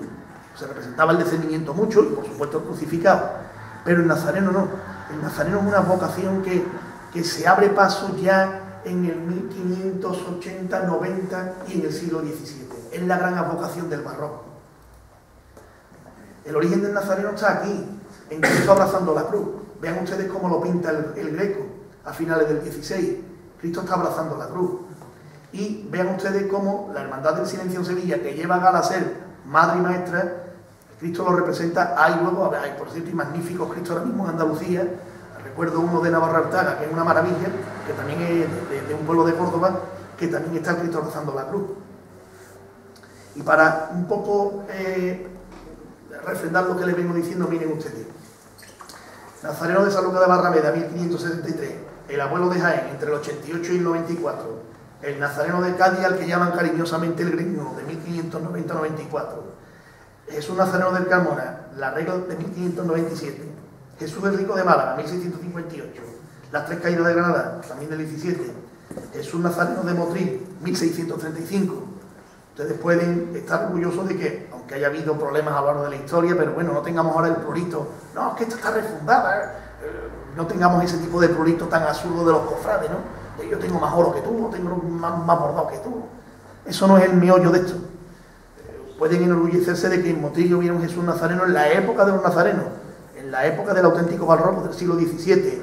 O piensen ustedes que aunque el Gran Poder sea de una hermandad antiquísima, de 1400 y pico, cuando hace su Cristo es en 1620, y el de Pasión es de 1610, y el del Silencio es de 1609. Son los Cristos de principios del 17. Y aquí hagan conmigo un recorrido que a todos nos va a gustar. Este es el de San Lucas de Barrameda, que está en un proceso de cambio de su canastilla. Pasión, creo que, en mi opinión, francamente, creo que es la imagen más perfecta de las que hay en la Semana Santa de Andalucía. Aunque me muevan más a la devoción otra, creo que esta es la más perfecta. Una foto emocionante, esta es muy emocionante, del abuelo, preciosa. Qué pelo, la foto que le han caído. Este es el de Estepa, muy bonito, con las manos muy bien trabajadas. Esta es las Tres Caídas de Cristo de Granada, creo que es la vocación más antigua que hay de esta en Andalucía, de este momento de la Pasión. Este es el de Cádiz, este es el Greñudo. Esta es una foto muy emocionante de Jesús el Rico, muy bonita. Procuro siempre, como soy aficionado a la fotografía, no me gustan las fotos estas anodinas o neutras, busco siempre la emoción. Vean ustedes aquí cómo cobra sentido que haya una imagen con pelo natural, como el viento la ha movido un instante. No es una foto mía, es una foto de un aficionado que yo he retocado un poco para mejorarla. El Gran Poder, de noche, precioso. Y bueno, supongo que le sobra de algo. No creo que necesite mucha presentación por mi parte. Más bien me la tendrían que dar ustedes a mí. Y que es el que me ha traído con mucho gusto hasta aquí. Las valoraciones que yo haría en torno al Nazareno. Miren ustedes, yo el otro día hablaba con el hermano mayor de la Hermandad del Cerro, aquí de Sevilla, una hermandad joven pero que tiene 5.000 hermanos. Y este hombre me hacía una reflexión que yo comparto totalmente. Me decía, Sevilla es de Cristo vivo. Yo creo que sí, que Sevilla es de Cristo vivo. Esto no significa que no tengamos un yacente, que no tengamos Cristo muerto, pero Sevilla es de Cristo vivo. Pero es que creo que Andalucía es de Cristo vivo.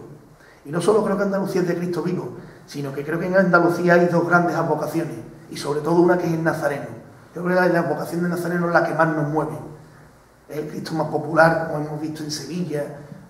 No quiero decir aquí por no entrar en polémica, pero por ejemplo en Jaén, o en Málaga. En Málaga es el cautivo. En Cádiz he querido decir. La única vocación que quizá pueda es la del cautivo, a través de también los Medinaceli, pero yo creo que la vocación del Nazareno es, si hay que seleccionar una vocación como netamente andaluza y netamente popular, es esa. Y ya llegamos al siglo XVIII, un siglo que, bueno, tiene como novedad que por fin el rey prohíbe, esta vez de verdad, a la disciplina, prohíbe la flagelación, por lo cual la cofradía pasa a parecerse más a la que tenemos hoy, se le da más importancia a la cruz de guía, y había una cosa curiosa que era el convite, que los oficiales iban vestidos de chaqué, en una época más ceremoniosa, más de autoridad. Entonces pues la Junta de Oficiales tenía que posiblemente estar preparada para rendir reverencia a la autoridad, y claro, eso es incompatible con ir vestido de nazareno.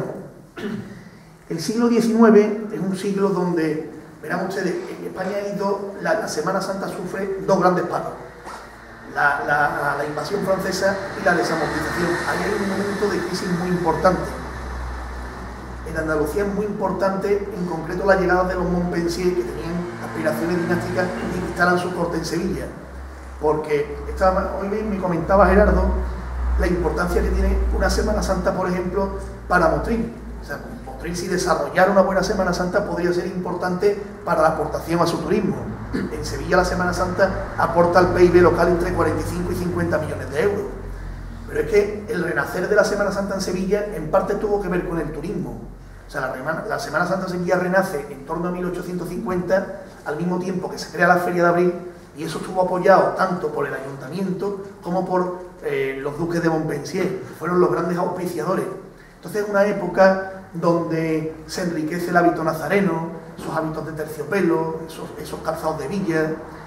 Es la época de las canastillas góticas, todavía han llegado hasta en algunas ciudades hay todavía pasos con canastillas góticas.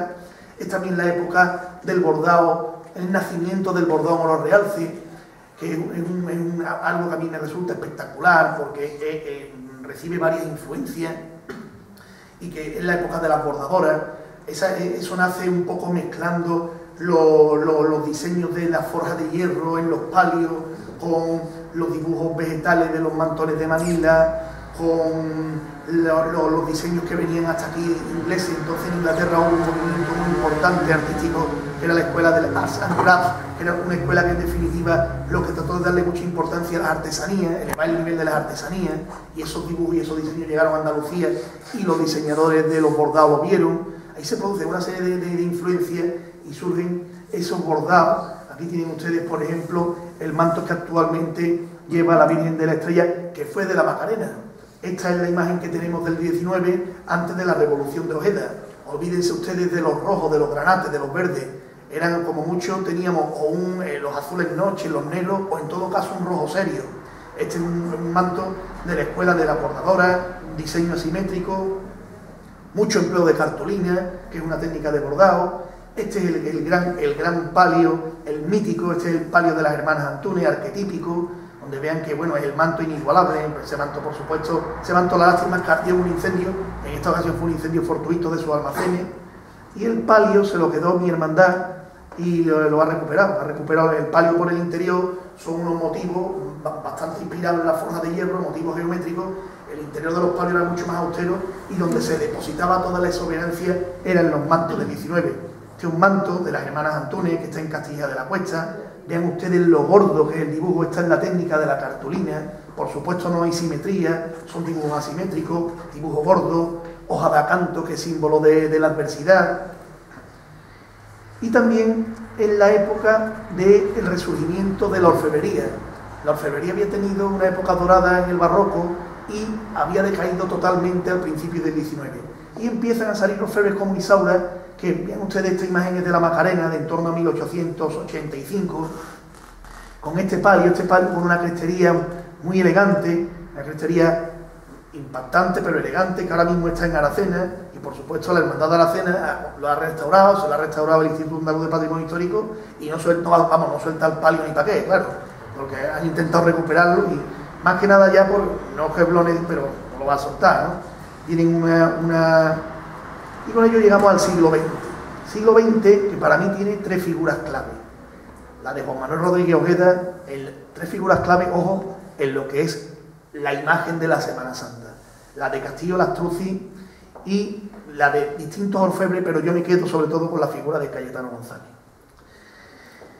Juan Manuel Rodríguez Ojeda comienza ya otro tipo de taller, un taller mucho más industrializado, sin apunta, más empresa. Aquí lo tienen, aquí se está abordando el manto rojo de la Macarena. Él era sobrino de las hermanas Antúnez, había diseñado para sus tías, él era un genio. O sea, todas las virtudes que tiene que tener un diseño de un bordado las tienen los trabajos de Ojeda, la continuidad, la infinitud, la diferencia de dibujos de unos a otros, no repetir, aunque tenía tic, eran muy pocos. Ven, los trabajos son distintos, todos tienen su propia personalidad. A lo mejor cogía un paño sacramental de una capilla y sacaba un dibujo entero por un manto. Claro, ¿qué ocurre? Que si ustedes ven, por ejemplo, el manto de la camaronera de la Macarena, donde ven la malla, en la malla hay el símbolo de una red, por eso se llama de la camaronera. En Sevilla no pierdan ustedes de vista que tiene río y había pescadores de camarones. Pues ven ustedes este verde maravilloso, esta seda que aquí se está empleando. Estos 30 años antes de que él lo hiciera hubiera sido impensable. Abajo de un manto negro, manto azules noche. esta exuberancia hubiera sido impensable. O este palio, que no es el suyo, es una réplica del suyo, porque aunque parezca que no, también la Macarena le ha ido dañando el legado de Ojeda, porque lo ha ido alterando, aunque levemente lo ha ido alterando. Pero vean ustedes ese palio granate con estas sedas aquí, esa alegría. Vean ustedes los faldones, la alegría de los faldones, el uso de la seda. Podríamos ver fotos y perdernos en los detalles. Claro, eso da lugar a esto, a la estrella de la mañana. Esto da lugar a que casi parezca más una el que la ve por la mañana casi cree más que está ante una celebración de gloria que de pasión. En pleno Jueves Santo por la mañana uno se cree que ha subido al cielo. Es que es algo maravilloso cuando te están tirando las flores, ya que eso es la gloria en la calle, ¿no? Esta alegría, este verde con ese rojo, esa armonía de Ojeda. Castillo Lastruzzi. ¿Por qué Castillo Lastruzzi? Porque Castillo Lastruzzi teatraliza los misterios. Castillo Lastruzzi hace que los misterios pasen a ser auténticos diálogos. Si ustedes dudan de lo que yo estoy diciendo, les invito a que un día de esto se metan en el artículo de la Wikipedia y vean dónde está la obra de Castillo Lastruzzi. No hay provincia de Andalucía que no tenga unas pocas de obras de Castillo Lastruzzi. Y por supuesto, su obra se extiende por Ciudad Real, Badajoz. La influencia de Castillo Lastruzzi es indiscutible. Esta es una de las primeras obras que le dio fama, muy querida de mi presentador de esta noche. Tiene un dinamismo, este Pilato que mira al pueblo. Vean ustedes que el fiel que está en la calle pasa a ser una imagen más del paso, porque desen ustedes cuenta que Pilato les mira a ustedes que están abajo y le está presentando a Cristo. Esto parece una tontería, esto es genial, esto es una genialidad. Ese Pilato, lógicamente, fue alabado por todos los literatos locales de la época, porque es una maravilla. O vean ustedes, por ejemplo, lo que hace en Badajoz con este descendimiento. La enorme y la magnífica integración de las imágenes en este descendimiento en particular. Esta figura, esta escultura me parece absolutamente conseguida, ¿no? Tiene el rescate de Málaga, pero curiosamente el hierarquismo que ofrece el rescate de Málaga, yo tengo entendido que no, cuando el rescate llega a Málaga, no llegó, la disposición que él había pensado para el misterio no se conservó, no la conservaron. Y claro, esto da lugar a ir a hacer una escuela. Aquí tienen ustedes uno de los mejores misterios de Andalucía del siglo XX, que ya no es de Castillo Lastruzzi, es de Ortega Bru, que como ustedes saben era sanroqueño, de la provincia de Cádiz, otro de las grandes de las cumbres del neobarroco. Evidentemente esto ya, el arte es como los récords de atletismo, va dando tirones, pero se basa en lo que ha hecho otro antes, ¿no? Esto es un milagro, no sé por qué ha salido esta raya aquí, esta virgen, esta es un milagro. Me hablaba hoy Gerardo de su pasión por esta imagen. En mi casa es una imagen, de hecho mi hijo tiene, sin ser hermano de esa cofradía, es la virgen que tiene sobre su cabecero de la cama. Esta es una obra de Sebastián Santos, indiscutiblemente, tuve la suerte de conocerlo siendo yo un chavalín, indiscutiblemente ha sido el gran artista de las vírgenes, el mejor autor de vírgenes del siglo XX, sin ninguna duda. Y en mi opinión está su obra cumbre, la Virgen del Silencio, la Concepción del Silencio. Y bueno, caben nuevas tendencias en la Semana Santa. Vamos a seguir abajo siempre en el neobarroco, porque si yo no les cuento diferencia, me podría haber puesto a mezclar imágenes del siglo XX y del siglo XVII, y al que no estuviera muy avezado podía confundirla. Este es un experimento que sale en Carmona de un paso con otro tipo de estética, discutido, quien lo defiende, quien no le gusta, que el paso en la calle. Esto es lo más rompedor que se ha hecho en Canastilla ahora mismo. O por ejemplo, esto es el Art Deco, el modernismo, lleva al diseño del palio de la Virgen de los Negritos. Esto es un diseño Art Deco, de una línea bizantina, una línea, más bien, vean ustedes por ejemplo cómo son los varales, quitando flor de loto. Vean ustedes, esto es puro Art Deco. Hay gente que le gusta, hay gente que le gusta menos, hay gente que no sabe salir del neobarroco. Y ya por último la orfebrería. La orfebrería también tuvo en el siglo XX, en Sevilla en concreto está Cayetano González y Seco. Surge también los Morenos Romera en Granada, aunque se prodigaron, el fundador de la dinastía se prodiga relativamente poco en el ámbito cofrade. Y en Córdoba está González del Campo, Le llamaban Pepito el Sevillano porque era sevillano de nacimiento, aunque se integró totalmente en la ciudad de Córdoba. Hay una obra absolutamente, para mí, cumbre, que es el palio de la Virgen que acabamos de ver. Esto está basado en la Catedral de San Marcos de Venecia. Esto marca un antes y un después, porque esto es una maravilla. Si viéramos además los respiraderos con incrustaciones de piedras de colores, del lapislázuli, de la amatista, etc., una absoluta maravilla. Claro, si no hubiera habido esos maestros, por ejemplo, no existiría el palio de María Santísima del Socorro de Palma del Río, que me parece absolutamente espléndido. Un palio original, fantástico, una crestería con una movilidad y una gracia. Vean ustedes además que corta en la caída, cómo gana 4 varales solo, es originalísimo, parece una auténtica maravilla. Claro, este es un continuador de la dinastía de Seco, que va por la 5ª generación. O por ejemplo, esta es una obra que sale en Huesca, escrito de la inspiración de Huesca, y que tienen, aquí han trabajado manos madrileñas, creo, los talleres Aragón, que ya me han estado ustedes esta mañana dando información sobre ello. Y la música, pues bueno, es difícil que yo la comente, se impone un tipo de música de mucha influencia militar, siempre de lo que se han quejado, pero evidentemente el patrimonio musical que se ha generado a lo largo del siglo XX es brutal. Y ya voy a terminar con lo más importante, porque lo más importante no es esto. Miren ustedes, yo creo que las cofradías de pasión, si no hubieran llegado hasta nuestros días ya creadas, hoy no las crearíamos. La mentalidad nuestra hoy día no hubiera generado ese fenómeno propio de una época donde la mentalidad, como les he dicho, por la piedad, por la cercanía a la muerte, por la necesidad de buscar un Cristo cercano, por lo escatológico. Hoy día no tenemos nosotros esa mentalidad. No nos agradarían tanto las devociones como la sangre, como las llagas. No es el hombre.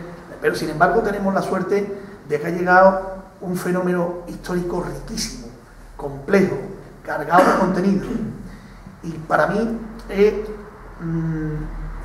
una entidad que necesita estar en constante renovación para que no muera.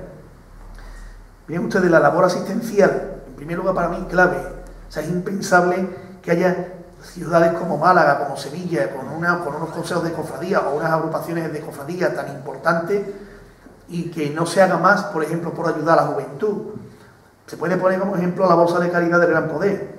El Gran Poder tiene una bolsa de caridad y tiene un centro integral de empleo. La bolsa de caridad administra 110.000 euros, son 110.000 euros que van directamente a las personas necesitadas.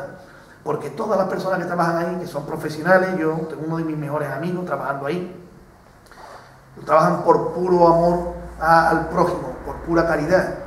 Ustedes en el año 2012 han instruido 262 expedientes. Estos son expedientes que se instruyen y que a lo mejor hay que irse a un barrio marginal y meterse.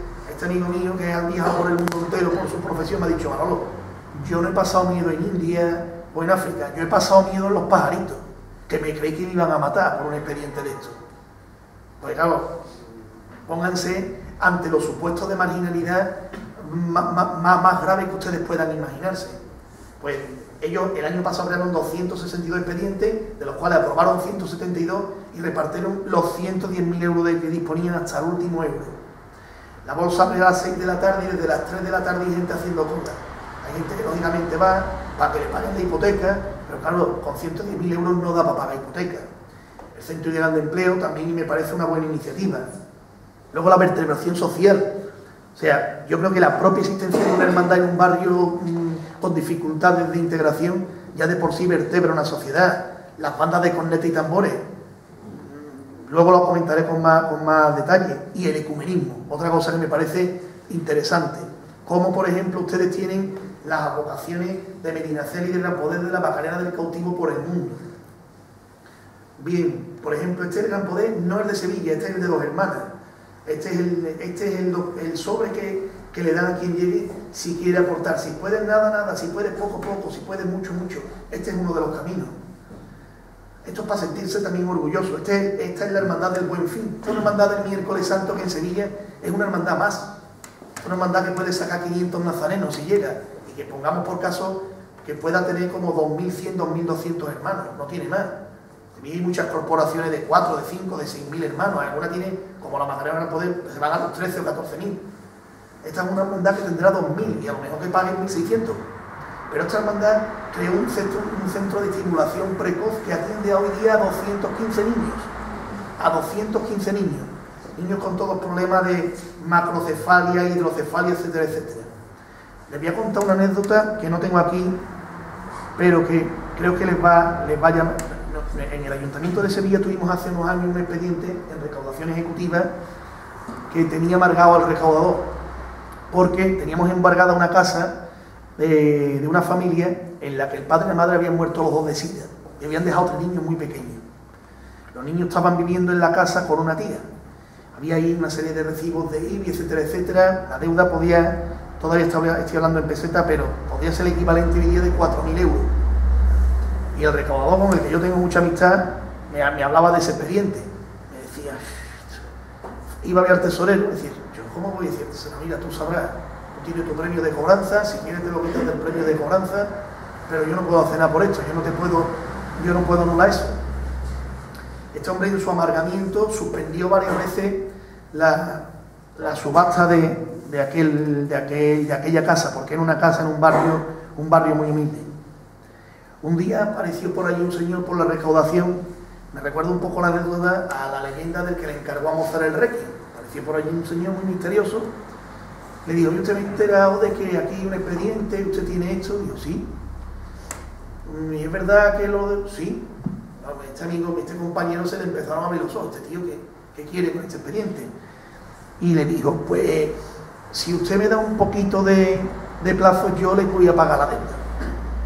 Digo, yo le doy a usted los plazos, usted me pide, como si usted me lo quiere pagar, usted no paga intereses, usted quita esta deuda, yo le beso ahora mismo los pies, pero ¿usted quién es? Digo, mire usted, yo soy el hermano, el responsable de calidad de la Hermandad del Calvario, pero no quiero que esto se sepa. A mí me llamó este amigo, que por cierto era un díscolo, aunque era hermano de los estudiantes, muy sentimental, como yo, llorando, no, esto se tiene que enterar a todo el mundo, esto se tiene que enterar de lo que hacen las hermandades. Para eso deben servir las hermandades.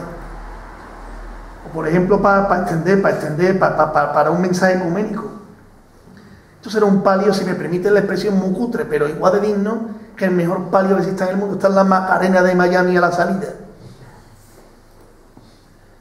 Y este niño está aquí porque es mi sobrino, por eso pongo un menor y mi ahijado. Este niño toca en la Centuria Macarena y este niño, que tiene el mismo genio de su tío, le viene muy bien, está tocando en esa banda y algún día espero verlo de armado y no sé si podré evitar llorar. Y bueno, con esto he querido recorrer, como ven ustedes, hemos llegado a un punto muy humano, pero creo que en definitiva las cofradías son eso, humanidad. He dicho, muchas gracias.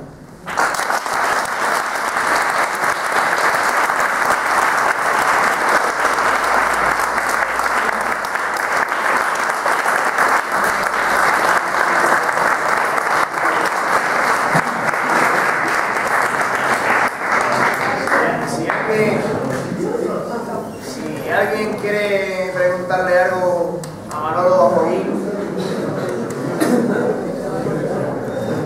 este es el momento. Yo sí le voy a hacer una pregunta.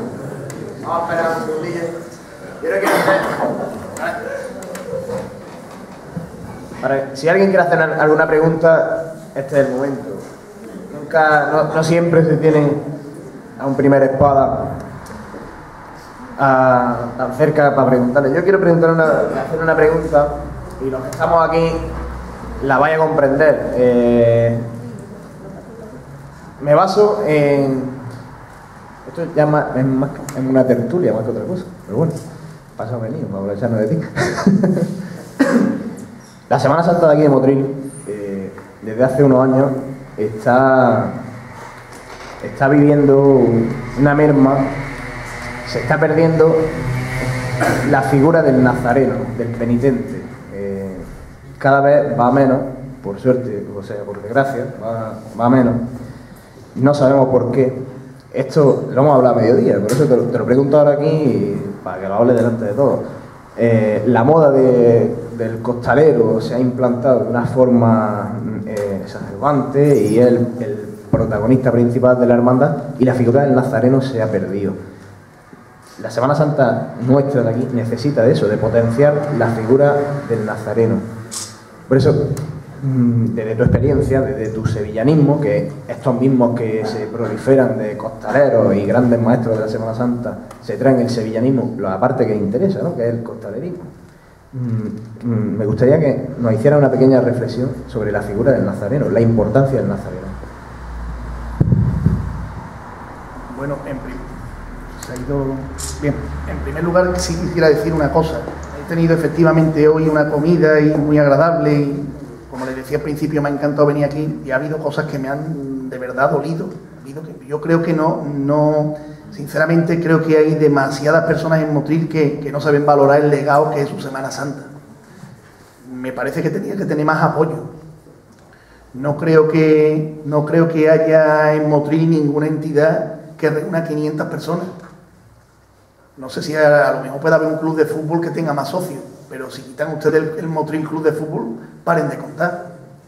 Con lo cual no entiendo por qué motivo no se le respeta más. Ha llegado a enterar de barbaridades, como que el ayuntamiento ha propuesto que no derramen cera. Bueno, pero ¿eso qué es? ¿Qué barbaridad tan enorme? O sea, ¿qué forma de pronunciar la historia, a la identidad? Piensen ustedes que la Semana Santa para algunos es devoción, pero para otras personas es identidad cultural. ¿Pero qué es esto? Además, abriendo polémicas absurdas que están más que superadas.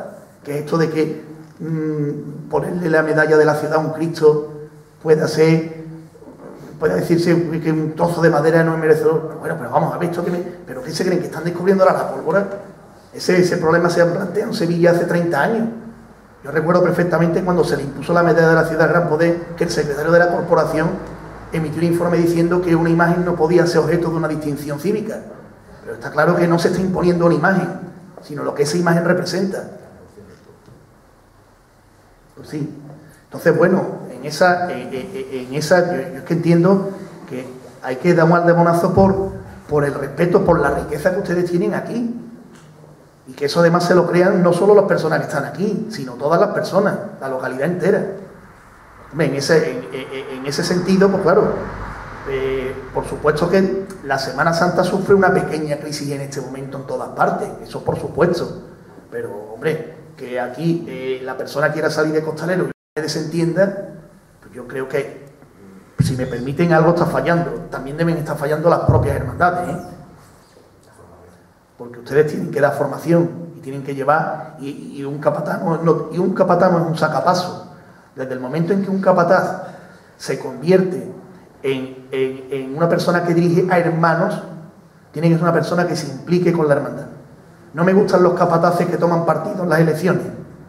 Eso no me gusta en absoluto. Ya sabemos lo que no se entienda mal lo de implicación en la hermandad. Se tiene que implicar en el sentido de que el costalero de hoy tiene que ser el nazareno del mañana.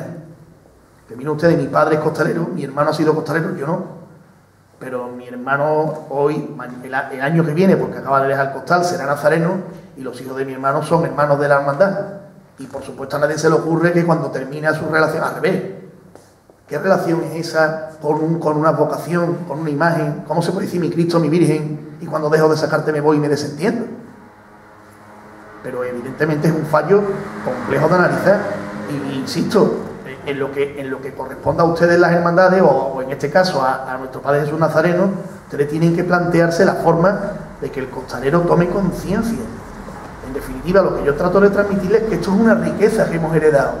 Es algo bonito, es algo entrañable, es algo sentimental.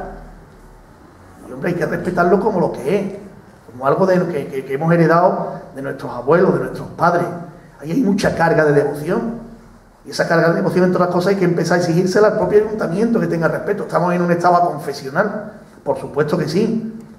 Y por ejemplo, Gerardo tiene que llevar a su aula de pensamiento desde una persona que es atea y comunista, me parece fantástico, pero un respeto a esto. Un respeto a esto. Y el respeto tiene que permear toda la sociedad y permear incluso al propio ciudadano, al propio motrileño o al propio de la localidad que sea. Eso es lo que pienso. Pero que vosotros tenéis que estar fallando en algo también. Sí. Quizá ya a modo de tertulia, quizá falte, está nuestro conciliario, al que le voy a pedir ahora que venga para hacer un rezo para despedirnos, puesto que somos cristianos reunidos.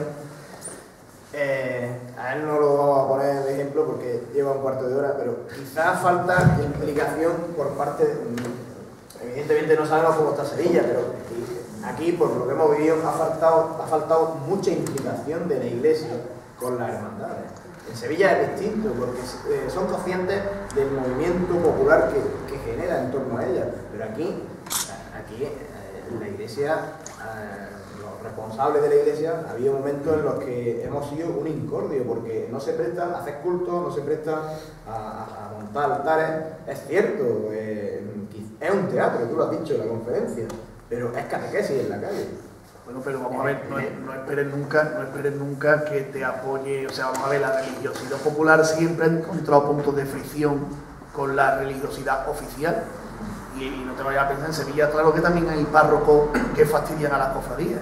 El problema es que cuando a Sevilla llega un obispo, aunque venga de las profundidades de Castilla, o transige con las cofradías o dura muy poco allí. Esto está claro. Es como yo que llevo 30 años en el Ayuntamiento de Sevilla, ya más de un político me ha dicho a las cofradías ni me las toque. Sin ir más lejos, ayer antes de venirme tuve que hacer una gestión urgente porque a alguien se le ocurrió girarle a las cofradías un cargo por el coste que conlleva el apagado y encendido de la luz por el Vía Crucis, como algo de anécdota. Y me llamó el delegado y me dijo, yo, ahí tú estás loco, digo, yo, ¿por qué? Porque le están girando un cargo, digo, me estoy enterando ahora, espérate que voy a llamar al servicio de alumbrado para decirle que claro, es evidente que si este fin de semana sale en la prensa la polémica de que el ayuntamiento le quiere cobrar gran poder el coste de apagar y encender la plaza de San Lorenzo, que evidentemente vale dinero, pues está claro que nos matan a porrazos, eso está más claro que el agua. Entonces, ¿hasta dónde puede llegar la autoridad eclesiástica? Pues en Sevilla puede llegar hasta donde puede llegar. Pero habría cosas que, por supuesto, generarían una auténtica rebelión. Eso es así. O sea, no vayan ustedes nunca a pensar que el que tiene que tirar del carro de algo que es de ustedes, con todos los respetos, es un cura. Con todos los respetos, porque evidentemente todas las hermandades necesitamos un buen director espiritual. Pero los directores espirituales no están para tirar de las hermandades. Para tirar de las hermandades están personas como este hombre, con entusiasmo, con entrega y con un cariño a su Cristo, a su Virgen insuperable. Esos son los que tienen que tirar de las hermandades. Bueno, no vamos a seguir. Si alguien quiere preguntar algo, esto da para quedarse hasta las 3 de la mañana, ¿verdad? Pero tiene que acabar. Yo te iba a hacer una pregunta. A la vista de lo que tú has podido ver aquí, ¿qué impresión te genera ese? ¿En qué sentido? Desde tu punto de vista como cofrade, ¿qué impresiones te genera? Pero ¿impresiones de qué tipo? ¿Devocionales, artísticas? De todo en general. Hombre, esa es una pregunta muy delicada para yo contestarla aquí. Es muy complicada porque, pero bueno, vamos a ver, yo precisamente soy hermano de una de las cofradías más humildes que salen en la Semana Santa de Sevilla. Y recuerdo cuando mi palio daba lástima verlo. Era tan digno como el que teníamos ahora, que lleva un manto que ha costado bordar los 200.000 euros. Igual de digno. Entonces yo veo aquí que hay madera, que hay gente como Gerardo, gente como usted, que verdaderamente eso es lo importante. Esa es la piscina, el agua de la piscina que a mí me gusta ver. Que haya más bordado, menos bordado, no cuánto, hombre, lo que sí me ha dolido como cofrade, es cosa que me han dicho que ya no considero razonable. Actitudes en un ayuntamiento que no me han parecido razonables y que creo que son fruto de un malentendido. Me cuesta trabajo pensar que las cosas hablándola bien no tengan solución. Me ha dolido también ver que ustedes hayan perdido en la nómina de hermano tanta gente. Ahí sí tienen ustedes que recapacitar, pero me congratulo, lo que he visto me ha gustado, como es lógico, y lo he participado como propio. Es como todo, las hermandades vamos mejorando, nuestro agua va mejorando, nuestra casa de hermandades van mejorando, y muchas veces lo más bonito es haberlo vivido, no haberlo recibido todo hecho. Yo he tenido la suerte de vivir la compra de la casa de hermandad, la compra de la capilla, la rehabilitación de las dos, el tener un palio de las hermanas Antunes que era una ruina y recuperarlo. He aportado mi grano de arena porque cuando yo me hice hermano había hermanos que tenían los pisos embargados porque habían avalado a la cofradía. Eso ha sido bonito vivirlo. He tenido la suerte de que incluso dentro de los desacuerdos que hay entre las distintas candidaturas hay que reconocer que todos los que han estado ahí eran gente honrada y muy trabajadores, y se ha crecido. Entonces ustedes tienen un camino por delante. Ahora, lo importante es que no decaiga la devoción y no decaiga el cariño. Eso sí que es importante. El que lleven ustedes ahí ahora mismo la orfebrería más o menos labrada, eso me da lo mismo, eso es cuestión de tiempo. Eso es cuestión de tiempo. Y por supuesto que tendrán ustedes el palio más bonito del mundo y las canastillas del Cristo más bonitas del mundo. Pero eso no es lo importante, ¿verdad?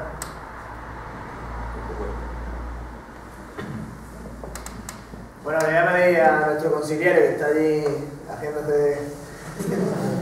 Por favor, si se puede acercar y como hemos dicho antes, como cristianos, vamos a pedir levantarnos para rezar una oración.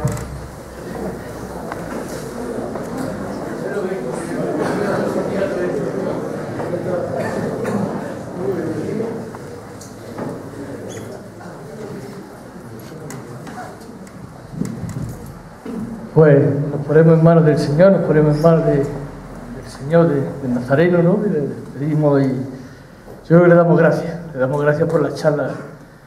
Llevamos más de un cuarto de hora, le prometo, llevamos unos 20 minutos aquí con vosotros y vamos a darle gracias, Señor. Vamos juntos a rezar el Padre Nuestro. Padre nuestro que estás en el cielo, santificado sea tu nombre, venga a nosotros tu reino, hágase tu voluntad en la tierra como en el cielo.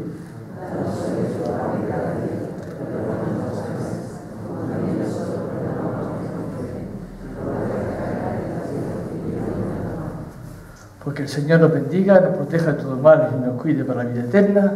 Amén.